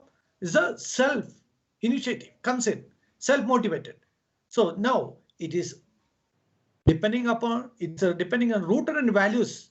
What is the value that you have to look into it? I have to step out, to step into others' life. Step out to step into others' life, that's also an existential approach. Existential approach that, and you remember the worth and inherent of the human being, the uniqueness of human beings. So when we are we able to facilitate the voluntarism? And for which, how is it possible? You need to identify the people in need and address issues. Address the issues. Yeah. Hello. Hello, sir. Recently, some India current situation, caste overall problem. Caste We are problem. requesting the participants not to ask any questions. You can ask your questions after the session is over. Okay, ma'am. Sorry, ma'am. Sorry. Hello. Father, Hello. you can please continue. Okay, ma'am. Okay. So identify people in need and address the issues of social distancing and making use of the social agents. Social agents, for which you need to develop something like, how is it possible? Develop a virtual groups and develop the communication patterns. You have the WhatsApp group. That's a modern social media that you are using it. You have the Facebook group. So you need to identify, need identification is also implied in resource mobilization, one of the principles of community organization. So how can we look into this? So there comes the role, how you look into it, how the political and the social economic resources and needs are being identified, for which I believe networking is the best tool. Social media and other tools, social communication patterns are the best tool for as alternative. What happens with George Floyd is, and what is happening in the Jairaj and Benny issue is being circulated is because of the group and communication patterns and communication within, and then comes to the awareness generation. And now, then when it comes in, we can have we need to look into it. What is the government role, the political need, and the government projects are coming up. Basically, these projects are there, but it is not reaching to the needy. So can we initiate some kind of facilitating role? Can we initiate a facilitating coordination role? This is what, instead of isolating, can we communicate? This is what the problem. So for which I suggest we need to recall what is the philosophy and principles and values of the social work and community organization, which need not be changing, but we need to revisit and reread according to the time, need of the time, and adapt strategies and approaches as per the need of the requirement. This is what we need to look into it. Then the question comes, are we supposed to look for right-based approach or need-based approach? Look, in Africa, where I am staying, the Kenya, what happened is that initially when there was a lockdown happens, many voluntary organizations, the NGOs, the community-based organizations tried to distribute food kits. It has led even to stampede, mob violence sometimes. So the government has decided to ban free food distribution. So what will happen? So what was alternative? You digitally communicate, you interact with the people, communicate the people, and try to deliver on their doorstep. And that's what one thing. At the same time, even it can be converted in terms of the cash. This is what virtual digital transferring happens. So our question is it right-based or need-based? That's up to us. And now look into it. So in India, almost all the schools, all the universities are initiating online education now due to the lockdown. So what you need, how the community can be when there is a need, when there is a communication happens within your virtual group, you try to facilitate and try to approach the companies which try to work out your CSR initiatives. And there was even a FOST of a social worker, which that's what my understanding, which led to the reporting of the mainstream main channels in Kerala that gradually asked the people to look into it properly. The need of online education when there was no network. So now, what is the approach to follow now? Approach follow is challenging us not to segregate micro, meso, and macro approaches. Because of course, the community organization needs that, especially during the COVID-19, we need to look into it micro, meso, and macro approaches blend to bridge the gap for building the community. This is what we have to do. And integration has to happen for bridging the gap, addressing the issues that can bring the building the communities. So then this make use of the collectivism virtually by building collective consciousness. That's what the awareness happens. So when it's possible, when right understanding of human rights and interpretation of human rights, this is what we have to understand. What is the basic human needs, basic human rights? What we can do addressing the issues. From the human rights perspective, if you look into that, is good. And also right-based or need-based. And what we can do with the community organization. And now what we need to is address these issues, respond to situations, keeping the ethics. Sometimes we are suggested to do it, but the thing is that we are not able to do it because of the situations. So what we can do, what we need to do is how to position ourselves, how to do the community organization and positioning. Basically, I personally believe we need to go for strength of the strength-based approach if you are able to look into it. But integration is needed, but at the same time strength-based, especially during the lockdown period or this pandemic period. What strength-based approach is speaking about, you concentrate on the strength of the individual, positioning yourself where you are standing and build your capacity, understand yourself and build the capacity, It is also same way you understand the community, understand and build the capacity of the community. This is what we need to. Well, and this is the best practice in time of the capacity building. If it is of individual, you have to make your spiritual, instead of going to temple and churches, you go, or the mosque, you pray your own, build up your own spiritual capacity, spiritual emotions, and you build up your knowledge span, and at the same time relate the community, what you can do.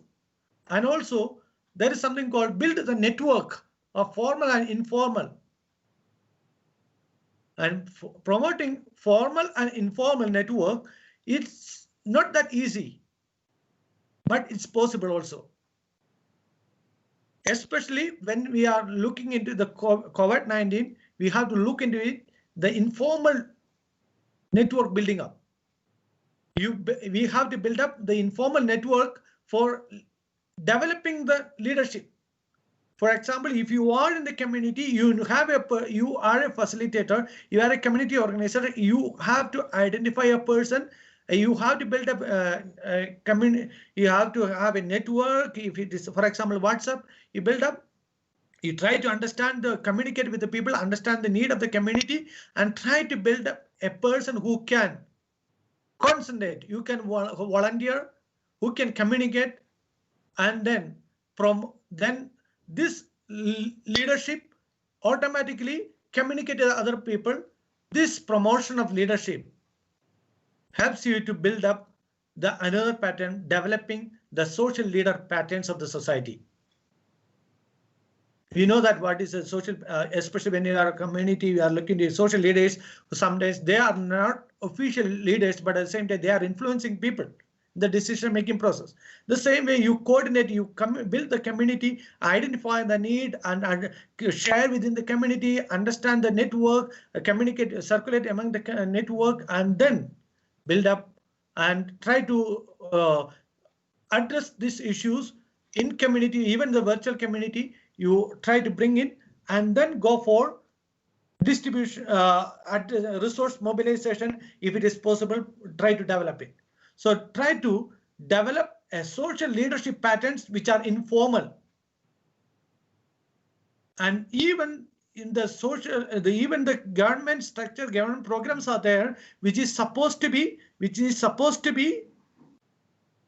the addressing the need of the people, and it should be delivered to the needy people, but they are not able to access it because of certain constraint situation in the community. So our intervention, the social leadership development patterns, especially through the informal network, it builds the community, and this builds the social, it becomes this kind of networking builds the hub formulation. This is called this leadership patterns should lead to the hub formulation to address the need of the society. That means need to build social network through the emotional bonding, especially when the problem which is of heart, when it is the heart of the community, it will be addressed. This is what you have to look into it. So I said it. What is it? Use WhatsApp group to coordinate. This is some of the examples we can do it. Use WhatsApp group or social media group for coordinate to address the need of the vulnerable in lockdown. Volunteer, communicate, follow up, and update. The role changes now. And also you promote self-reliant communities in food. Anybody can become a farmer. That's a program, I think, is of Kerala. There is something called a joint liability group that goes for the agriculture cultivation now. The joint liability group comes together. You form the group virtually, but you go for individual attempting of your own way for farming. And also possible, you can develop a ward counselor, especially for the psychosocial support, especially when people are isolated. So this is how you build up. Need to address family issues for which, and this ward counselor, normally this is a foreign thing that, but at the same time, we can look into it. If there is a social worker, if there is a social worker who can give it, you can build up a social work counselor, counseling patterns, and you have to address the individual and family issues. Sometimes it's, I think IFSW has already issued on that, especially for the preventive methods, prevention of the psychosocial problems during COVID-19, that is there. And we need to, and especially this is more relevant when there is more child abuse and domestic violence increases. Another area we can look into it is researching or documenting the community initiatives. So what I will suggest, and also one more thing you have to look into, sometimes we can go for also community actions. These initiatives should be lead to the community actions. So now, how the social worker is challenged in this isolation, community organizing, some models, and now how the social worker is challenged to overcome the barrier of social isolation or social distancing in the community as a social, especially to promote socialization agents. Enhance, and social worker especially challenged with regard to his knowledge. Enhance the knowledge horizon, both professional and society. We should be able to read and reread of the society what is happening, and also understand the best method practiced in different areas through the enhanced knowledge, and improve the skill of communication for networking and facilitating. This is what one of the challenge nowadays it happens for the social workers. And understanding the on an approach possible, strategies to be used. And this is also, we need to have a philosophical understanding about what should be the approach that we need to have it. and what could be the strategies that we can look into it. This is possible to gain only when we are networking, when we are knowledgeable. To become a community facilitator by becoming hub of welfare initiatives for community organizing. And now most of the thing that we community organizer, of course, there is a move from there, from charity to the welfare. Now we are looking into the strength-based approach. At the same time, there are certain things, physical things we need to look into it so that the other issues can be addressed. So become a hub of welfare initiatives that will build up the community organizing. Now, what we need to have it? What could be the paradigm? We need to look into it. Our approach is has to be determined by the situation, no doubt. Situation matters. The current situation and the situational analysis are important. And we should also use a mixed method, need-based or right-based, strength-based. But possible is to have a strength-based approach. That's what, if we follow strength-based approach, this is what I was trying to say. We have a goal to build up a self-reliant community. And when we have this community, self-reliant community, this is a community organization caring for. So that is, this building up is related with your role in the community as a facilitator or network. You have to do it. When we do it, what should be the approach? Basically, build up the capacity. That's the only thing that is possible. And what is the assumption for that? Reread and philosophy and values, and you adapt it. What is the challenge for the social worker is to have enhanced the knowledge of the profession, improve the skills, and build a constructive attitude. What should be the acts that you have to do it?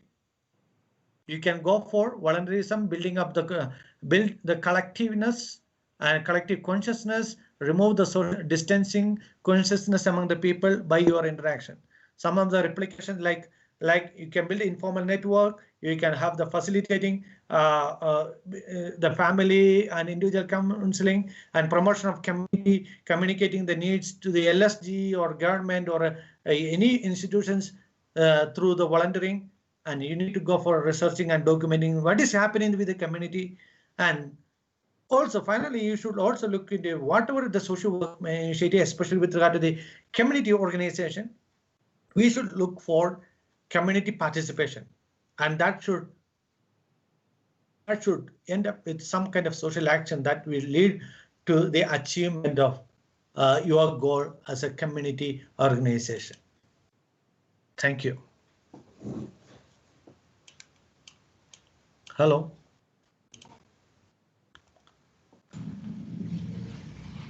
Yeah.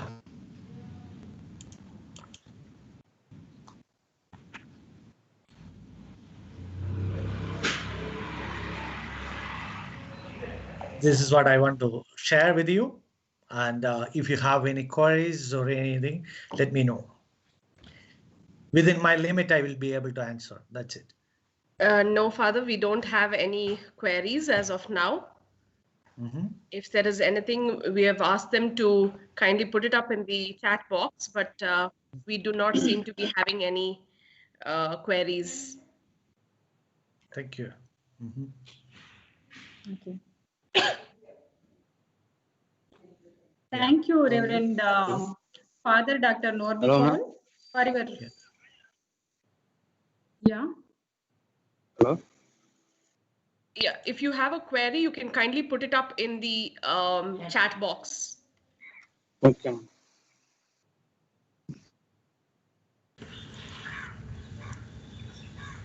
Thank you very much, Reverend Father Dr. Norby Paul. You have done a wonderful chat box. Sorry.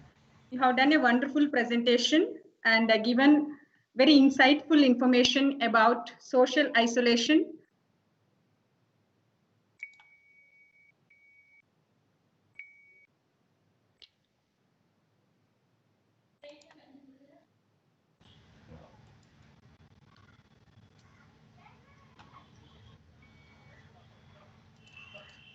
Madam, you are muted, Madam. Prema, ma'am. Yeah, sorry. So thank you very much, Dr. Norby Paul. You have done a wonderful presentation and given a very insightful information about social isolation, socialization, sustainable development, community development, key issues faced by COVID-19 and challenges of professional social workers and as well as community development organizers, and some of the models and the strategies which is adapted to come out of these problems. And this definitely you are enlightened with your insightful information to our participants. So I would like to thank on behalf of the department and our college. So we given a short notice. With that, in spite of your busy schedule, you have given very good information and which is very informative and fruitful for the session. I thank you once again, sir. Father Nobby, you're muted. Can you unmute? Am I audible now? Yes, you are. Thank you. Thank you very much. If anything, if any queries, let me know. This is I know that there are a lot of limitations for the reflections, but at the same time, if it is useful, okay, thank you. That's what. Yes, thank you for inviting me. Thank you for inviting me for this precious session. Thank you. The pleasure was all ours, Father. We would like to, there are a lot of participants who are asking whether we could share your slides with them.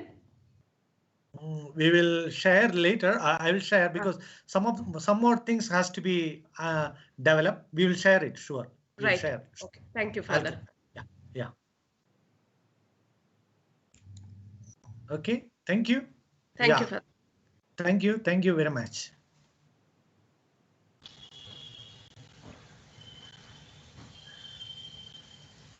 I would now like to take the opportunity to welcome the next speaker for the next session. Our next speaker is Ms. Premajyoti D, who has also been the program coordinator for the webinar. She works as the assistant professor at the Department of Social Work, Pooja Bhagwat Memorial Mahajana Education Center, PG wing of SBRR Mahajana, First Grade College, Mysuru. Premajyoti D graduated in arts from the University of Bangalore and obtained her master's in social work from University of Tumakuru. She is currently pursuing her PhD on women empowerment from Karnataka University, Dharwad. Her areas of specialization include community development and human resource management, labor legislations, and industrial relations. She has 8 years of teaching experience and has worked in the NGO sector for 10 years and in industry for 2.7 years. She has had 1 national and 18 international publications to her credit and has presented over 35 papers in various conferences. She has guided 21 postgraduate research projects and has been the resource person for several conferences. Her list of achievements are plenty, and to name a few of them, she has received the Best Social Worker Award by the Ministry of Social Welfare, Government of Karnataka at the Taluk level at Pavagada. She has also been internationally recognized as the best social activist by International Minority Rights Group, London.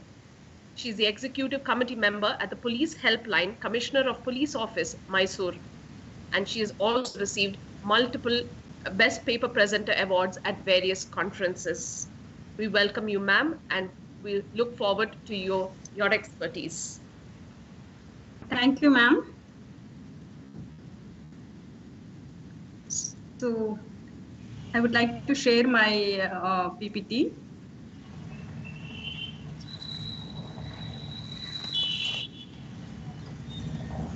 Madam, it is over to you. Yes, ma'am.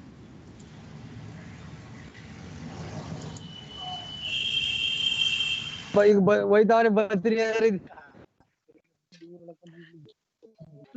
is it visible? Yes, it is visible, ma'am. No, I can't move this. Okay, fine.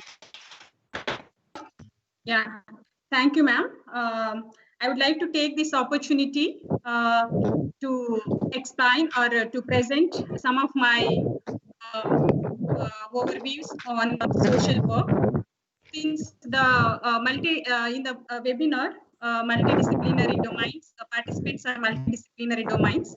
I would like to give a brief on social work practice, how the social work profession will take further to handle community organization as one of the primary method of social work. So, in first, keynote speaker has explained about the global definition of social work profession, which is given by. Madam, can you put it on the full screen? Can you put a slideshow, please? It would be easier for us to view. Okay.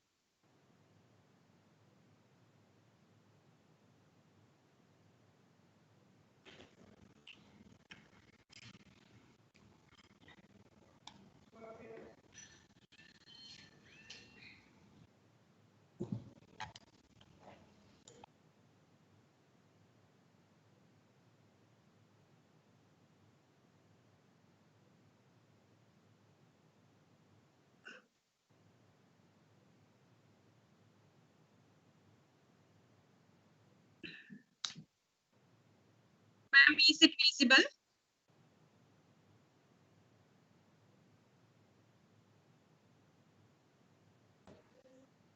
Okay.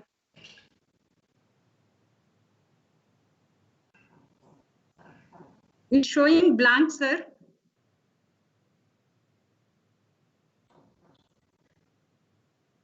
Yeah. So I exited, but it's showing blank.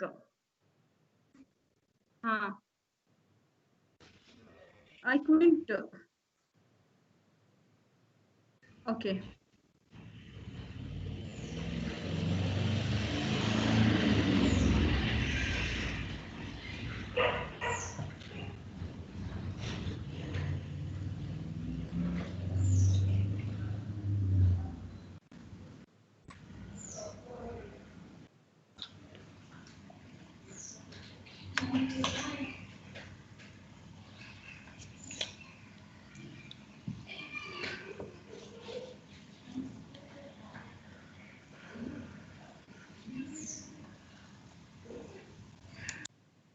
Is it visible, sir, now? Hello?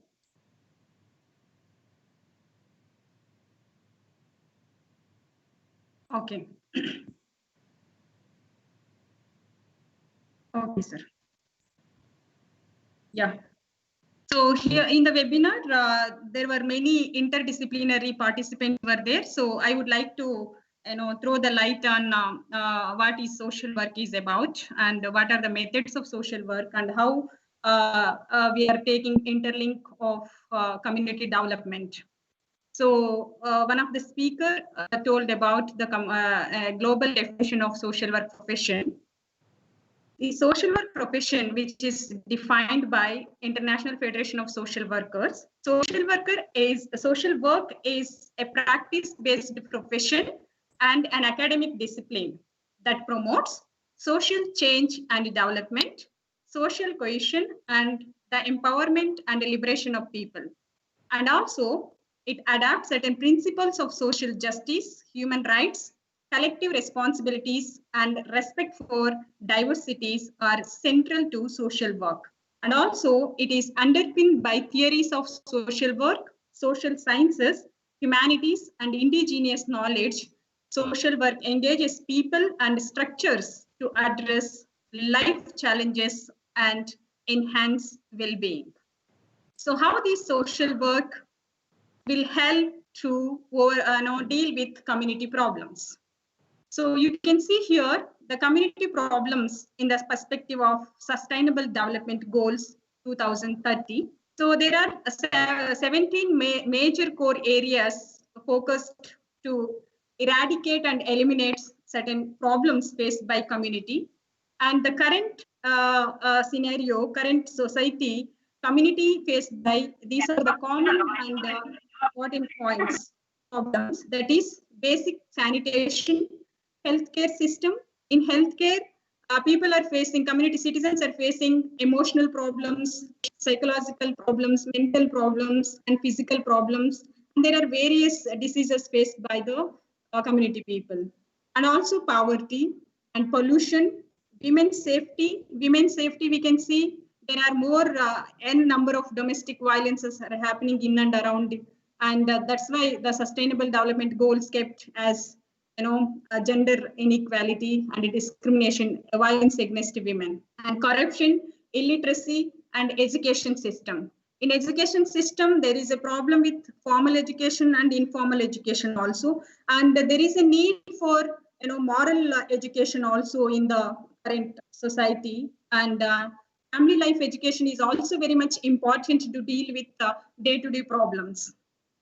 And here I would like to take the important aspect, important strategy in social work practice, how to deal with the community problems, one of the strategy, and which is a part of a curriculum, academic curriculum in the program of MSW, Master of Social Work, where the first year students during second semester need to go and conduct rural camp where they have to stay 10 or 8 or 10 days in rural community or urban community or tribal community. What is social camp?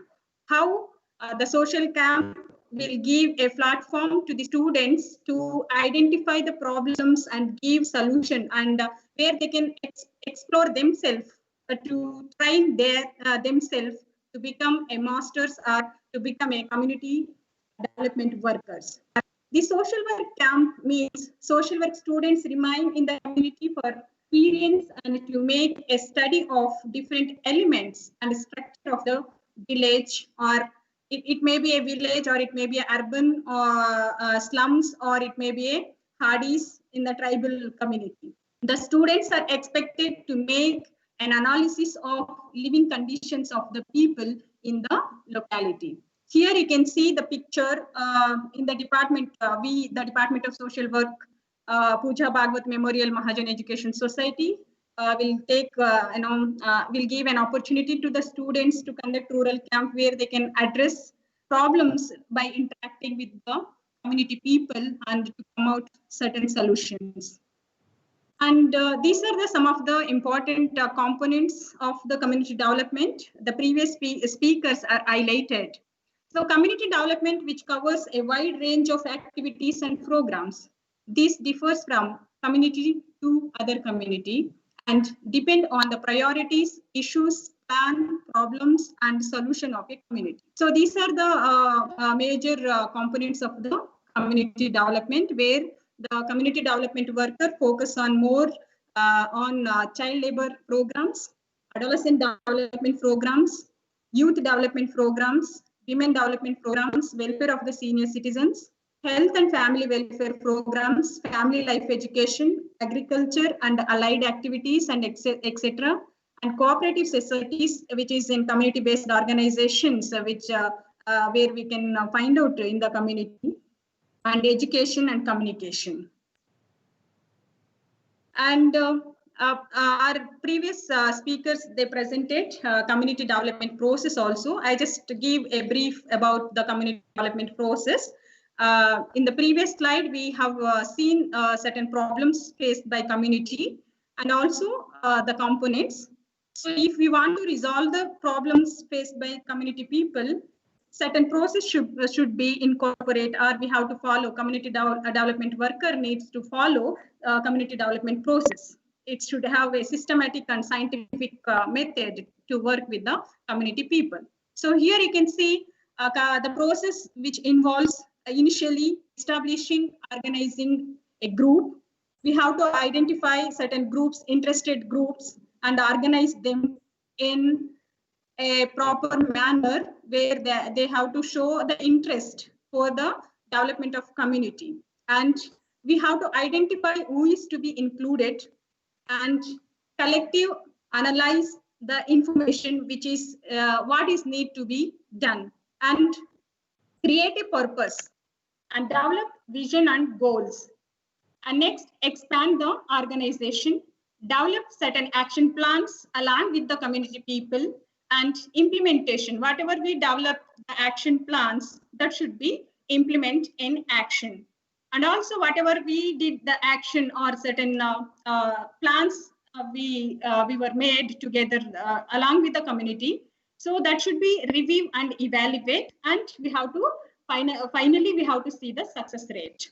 And here you can see some of the core elements or relationship among the elements of the community development. What are the areas? One of the speakers highlighted what are the areas of community development. I don't want to stress more upon it because of time constraint. So you can see some of the core areas where we can focus to community development. That is housing, environmental issue, and pollutions, and road and transportation, and livelihood, and so on. And next, this process, how it will help community development, especially in current situation, that is COVID issues. So in this connection, the UN Women responses 5 ways to support your community during COVID-19. So that is in 5 ways, community people has to take care of their health care, which is already socialization and social isolation, which is covered in previous session. So they have to maintain proper health care and public awareness. And many of the people, those who are struggling to get their daily bread. So here the question is livelihood matters, livelihood problems. Many of the community people are not secured, very well secured about their profile or their job. And here we have to interlink with the local community or local self-government to give them a proper livelihood. That is some of the programs which is highlighted previous presenter. So that is some of the government programs, that is MG Narega, public distribution system, that is ration. And certain programs is there in the community. So we have to interlink to maintain and to give proper livelihood. Also, due to this COVID-19 and lockdown, many people are facing relationship, human relationship. There is no human relationship. Even they will stay together also. There are a lot of human dynamics in between or in the family, not only in the four walls of the family, even if they stay together in the joint family also, there is no human relationship because of lack of family education. So here, the values of family or the relationship, human relationship should be major a thing where we have to give an awareness to them. And consultation, lot of consultation should be needed with the publics or maybe a social, corporate social responsibility programs, and the leaders, the corporates and the community leaders, as well as government bureaucrats and concerned departments. A lot of consultations also need to develop the community and to give the well-being of the community citizens. And also counseling, which is very much important. Not only a family counseling, even many of them are facing job-related stress or anxiety, depression. See, I can give the examples. Those who are working in the education field, they are committing suicide because of this. They are not able to cope with stress during this pandemic of COVID issues. So a lot of counseling is very much needed. So these are the main core areas which UN Women responses to promote community development and to prevent the people faced by multiple issues. If the community development worker need to work with the community and give certain solutions, certain ideas, and to prevent the upcoming grievances or upcoming issues. So certain steps to be incorporate and initiate to work systematically and scientifically. So these are the major steps I would like to brief you all. The step one is, before going to community, we community workers as well as community development workers as well as community people need to set certain goals. Without goal or without aim, we cannot able to achieve anything else. So step two, understanding the people in the community. So whatever we know, we are unable, we are not the right way to do. So we have to scientifically study the community and understand the needs of the people. And based on need-based approach, we have to involve in the community developmental aspect, process and community developmental activities. And step 3, identify the opportunities, problems, and issues in the community development. See, community development workers are the community organization if we are maintaining. So we have to work with the opportunities which is identified in the local community and the exact problems, needy problems, what exactly they are facing and issues, the emerging issues. We need to address that issues to the concerned people and resolve that problems in the process if we want to aim a community development activities. And step 4, prioritize the issues and problems. Definitely, which is very much important step. We need to prioritize, because when we are consulting with the people, when we are collaborating with the people, or when we are networking with the people, they will say multiple opinions. So we have to consider, community organizer has to consider and give the prioritize to the issues and problems which is very much related or very much relevant. And step 5, resource mapping. See, we are the community people. We can give or we can consult as a licensed person or a mediator. So we can't give assurance to the community people because they are not sound enough to give the promises. So we have to identify. We have to make them to involve to identify resources. That may be a 3 kind of resources, which may be a manpower, which may be a material, or which may be a money. So we have to do the resource mapping. And then next step, so plan and prepare the activities. So we have to plan properly and prepare the activities which is to be carried forward in future for the developmental aspects. And next step is prepare and design the implementation. Whatever we prepare, so we need to be implement. For that, certain design should be very much important that we need to prepare along with the community members. And then prepare time and cost estimates. Time is very much important. So we have to keep a short-term goals and long-term goals and time span, which may be a short-term, daily plan, daily activities, or it may be a weekly, or it may be an annual plan. So we have to thoroughly and clearly should frame the time frame, which is what activities should carry forward in what time. And cost estimate also, what is the required budget also we have to make. And next step, implementation of the community development activities and programs. Definitely, which is very much important step. So implementation stage is very much important. Community development worker alone cannot do anything, but we have to make them to involve in the process of implementation of the community developmental activities. So here I can say all the things we cannot do, community development workers we cannot do, but all the citizens of the community, each one can do something. So if we collectively work, definitely we can implement whatever we are expecting and we are estimated to reach the goals. And step 10, documentation of the activities, which is very much important for future buddy community development workers, that is master of social workers who is under the process of getting training.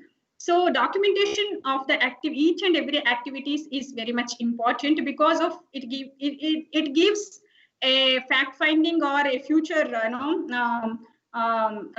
it shows certain documents to take further next step, and where a community developmental process where they can take forward to to work effectively and systematically in future to develop community sustainable. And then next step is monitoring is very much important. So we have to train the people in the community where they have to monitor whatever we carry forward the activities. So without monitoring or without follow-up, the activities should not give the results. So monitoring step is very much important. And then evaluation. Evaluation is very much important. Whatever we achieved short-term goals or long-term goals in the developmental aspects. So evaluation is very much important, whether it is a failure or whether it is a success. So we have to measure the rate, and then we have to plan next. So action plan should be needed after evaluation for the next developmental activities. Here beside you can see some of the study which is adapted developmental process, certain steps as adopted by the organization. So these are the important key areas where social work will respond in the it will contribute in the form of methods, principles, strategies, tools, and techniques, and how to deal with community problems by adapting strategies of social work, and current issues, how to deal the process, how it will help, and the steps, what are the steps we need to implement or we need to adapt systematically, because social work called as a profession. Okay, we need to go systematic manner, so we can't give the false assurances as like social services. So because of that, we need to go in a step by step and in a systematic manner. So in concluding part, so I can say, to be effective, community development initiatives should be inclusive. It may be a local self-government, or it may be a government, or it may be a public-private partnership. It all should be collectively. If they come forward to work collectively, then we can see community development quickly. And community development utilizes best of its resources available. The effective use of techniques, tools, and strategies in line with policy of country will create sustainable community development process. So thank you for patience listening. If you have any questions, you please. Madam, there is a question from one of the participants. What will be the social work strategy with relevance to rural camp fieldwork practicum post-COVID-19? What are the alternatives? How will this affect the social work students or trainees? Okay. Fine. We designed this webinar in place of community camp. So we thought initially to give a platform to our students, those who are studying in second semester, where they can learn from the theoretical perspective. This webinar will take another 3 days, where you can learn the strategies which are adapted during community camp to cope with the to identify the problems and how to work with the community people to resolve the problems. So you have some practical exercises remaining 3 days. So you come to know what are the strategies and what are the principles, and how this platform, community camp, will give exposure to learn many things, how to work with the community. I hope they are satisfied with my answer. Yes, madam. I do not think there are any other questions. If anybody has any further questions, can you please raise your hand? If there are any other questions, can you please raise your hand? No, madam, I don't think there are any further questions. I now request Mrs. Bhavna V. Just a minute, ma'am. I think there's one particular person who has come with a question. Okay, ma'am.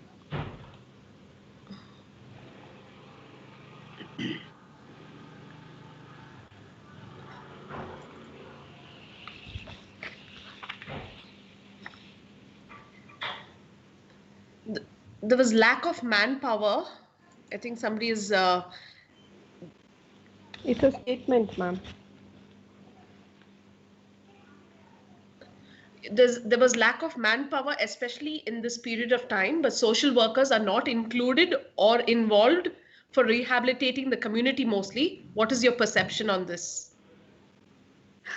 Okay. No, actually, many of the social workers are involved at their own level.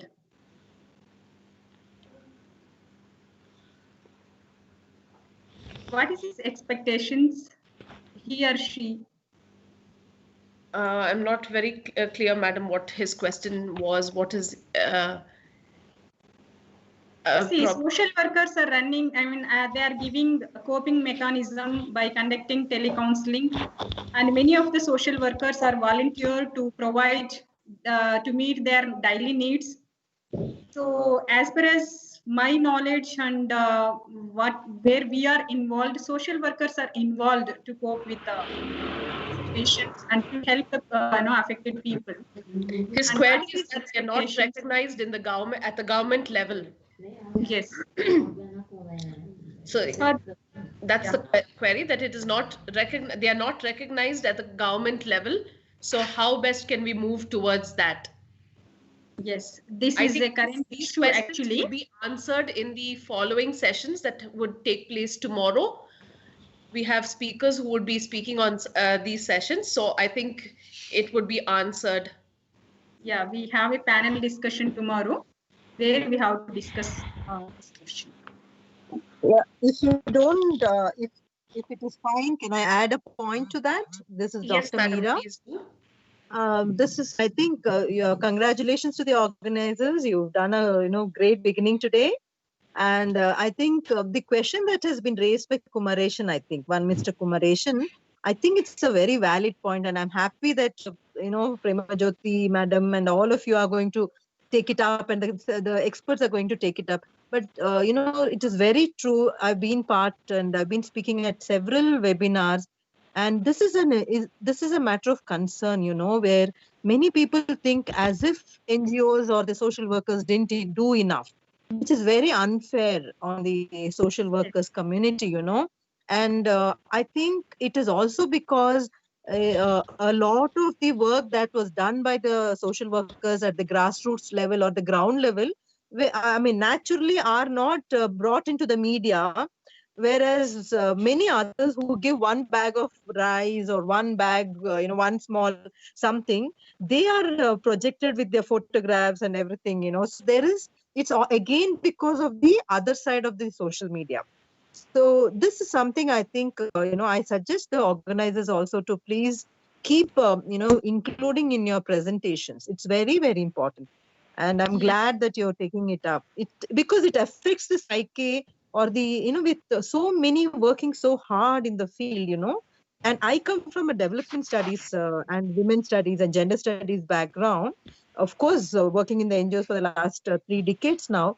And there's so much happening. So it's a very good question. And I think you are doing a good job by changing this whole, narrative. There is need to change the narrative now, and all the best. Thank you. Thank you. This is a state. Yeah. I think it's a Meera concern. madam? Yeah, very much. Very much, Meera Okay, madam. I welcome you, ma'am. I welcome you, ma'am. Thank you. Thank you. Thank you so much. Good work. I feel this is a good example for, trying to overcome the difficulty in reaching out to the camps, instead of the camp, you're planning this is a wonderful exercise. I think it should be encouraged. I am here only to encourage. I feel it should be encouraged further. Thank you so much, all of you. Thank you. Thank you, madam. Good going. Good going. Thank you, ma'am. I now request Mrs. Bhavna V, Assistant Professor at the Department of Social Work, Pooja Bhagwat Memorial Mahajana Education Center, PG Wing of SBRR Mahajana Education Center, to kindly thank Ms. Prema Jyoti. Good afternoon, everyone. On behalf of the Department of Social Work, Pooja Bhagwat Memorial Mahajana Education Center, Mysuru, I extend a very hearty thanks to the speaker, my colleague and my friend, Ms. Prema Jyoti, for gracing your important work in this webinar. Thank you so much, ma'am. That was a wonderful session. Thank you, ma'am. Thank you, ma'am. Over to Patricia, ma'am. I now invite Ms. Prema Jyoti D to kindly give the concluding remarks for today's sessions. Okay, ma'am. Thank you. So actually we started today, I think all the participants have exhausted, I know. Within few minutes, I will just complete the concluding remarks. So we started with the aim of community, recent trends in community development webinar. So which is inaugurated by Dr. C.K. Renukarya, Director, Pooja Bhagwat Memorial Mahajana Education Society, where he has focused and enlightened an overview of social work and what are the current issues and which is to be taken to carry forward and the people's problems faced by the people. And followed by keynote address, Ms. Pradipta Kadambari, Senator, Buddhibanchal University and Principal, Kadambari Memorial College, Nepal. And she highlighted about the strategies and the social workers' role and responsibility and strategies and models, which is to be adapted for further development of community. And she has quoted an international perspective of community developmental aspects also. And session 1, developmental programs, a community perspective. We have very good eminent speakers. So we have 4 speakers. Firstly, Reverend Father Dr. K.M. Joseph sir.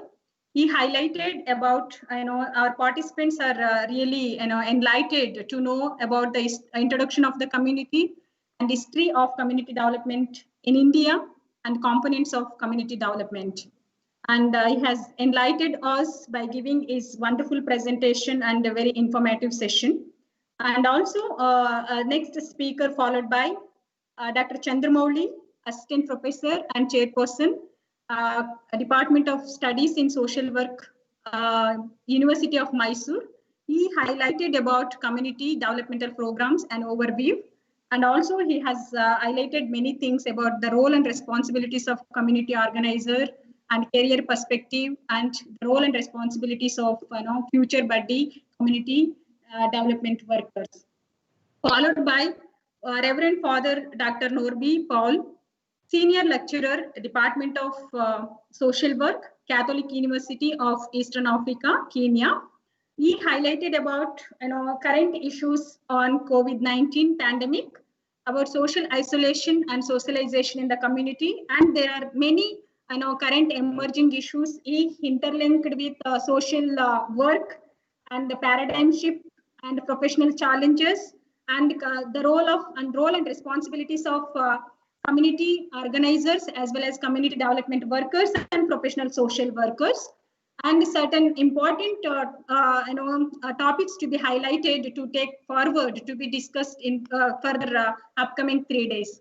And followed by Ms. Prema Jyoti, that's me, and she highlighted certain steps about the social work, how it helps the community problem to deal with community problem and community developmental aspects, and the steps to be initiating for the development of community and what are the challenges. So these are the sessions importantly which we were discussed, and we got many questions, and I think many of the speakers have answered, and I think our participants have satisfied with their answers, and few of the questions we will take forward for the further sessions to be discussed, and to take action on this, and with the consultation of an experts in the committee. So with these few, the experts have presented their valuable, valuable knowledge and information to enlighten our participants. So I thank all the speakers and our beloved director and the management people who are supported as a backbone of our smooth conducting of our webinar today's session, and the keynote address delivered by Madam Pradipta. I thank once again all the speakers and participants across the globe. Thank you very much, one and all. Thank you, Madam, for your concluding remarks. I also would like to add that if there is any further queries for any of the participants, you can kindly post it onto the WhatsApp groups that have been created for this purpose. We will be shortly sharing with you the PPT slides and the feedback link, which you will need to click on and fill. For any other queries, the technical support will be available. You also have the numbers of the convener and the program coordinator if you would like to ask any further questions. Thank you, and very sorry for today's delay. We hope to start on time tomorrow. Thank you.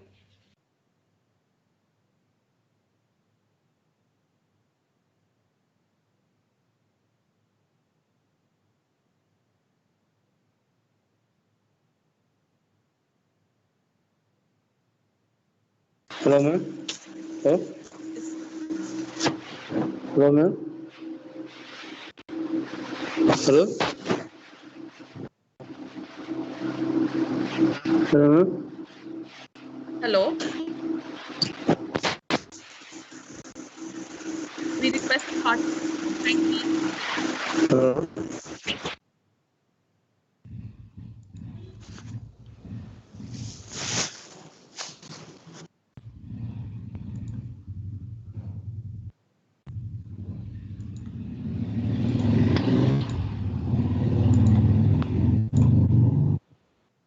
Yes, please kindly end the session and exit the party. Okay. Requesting all participants to kindly exit the session. The feedback form, we will send it to you on the WhatsApp group. Is there a possibility of sending them the feedback on the chat session? No. So that's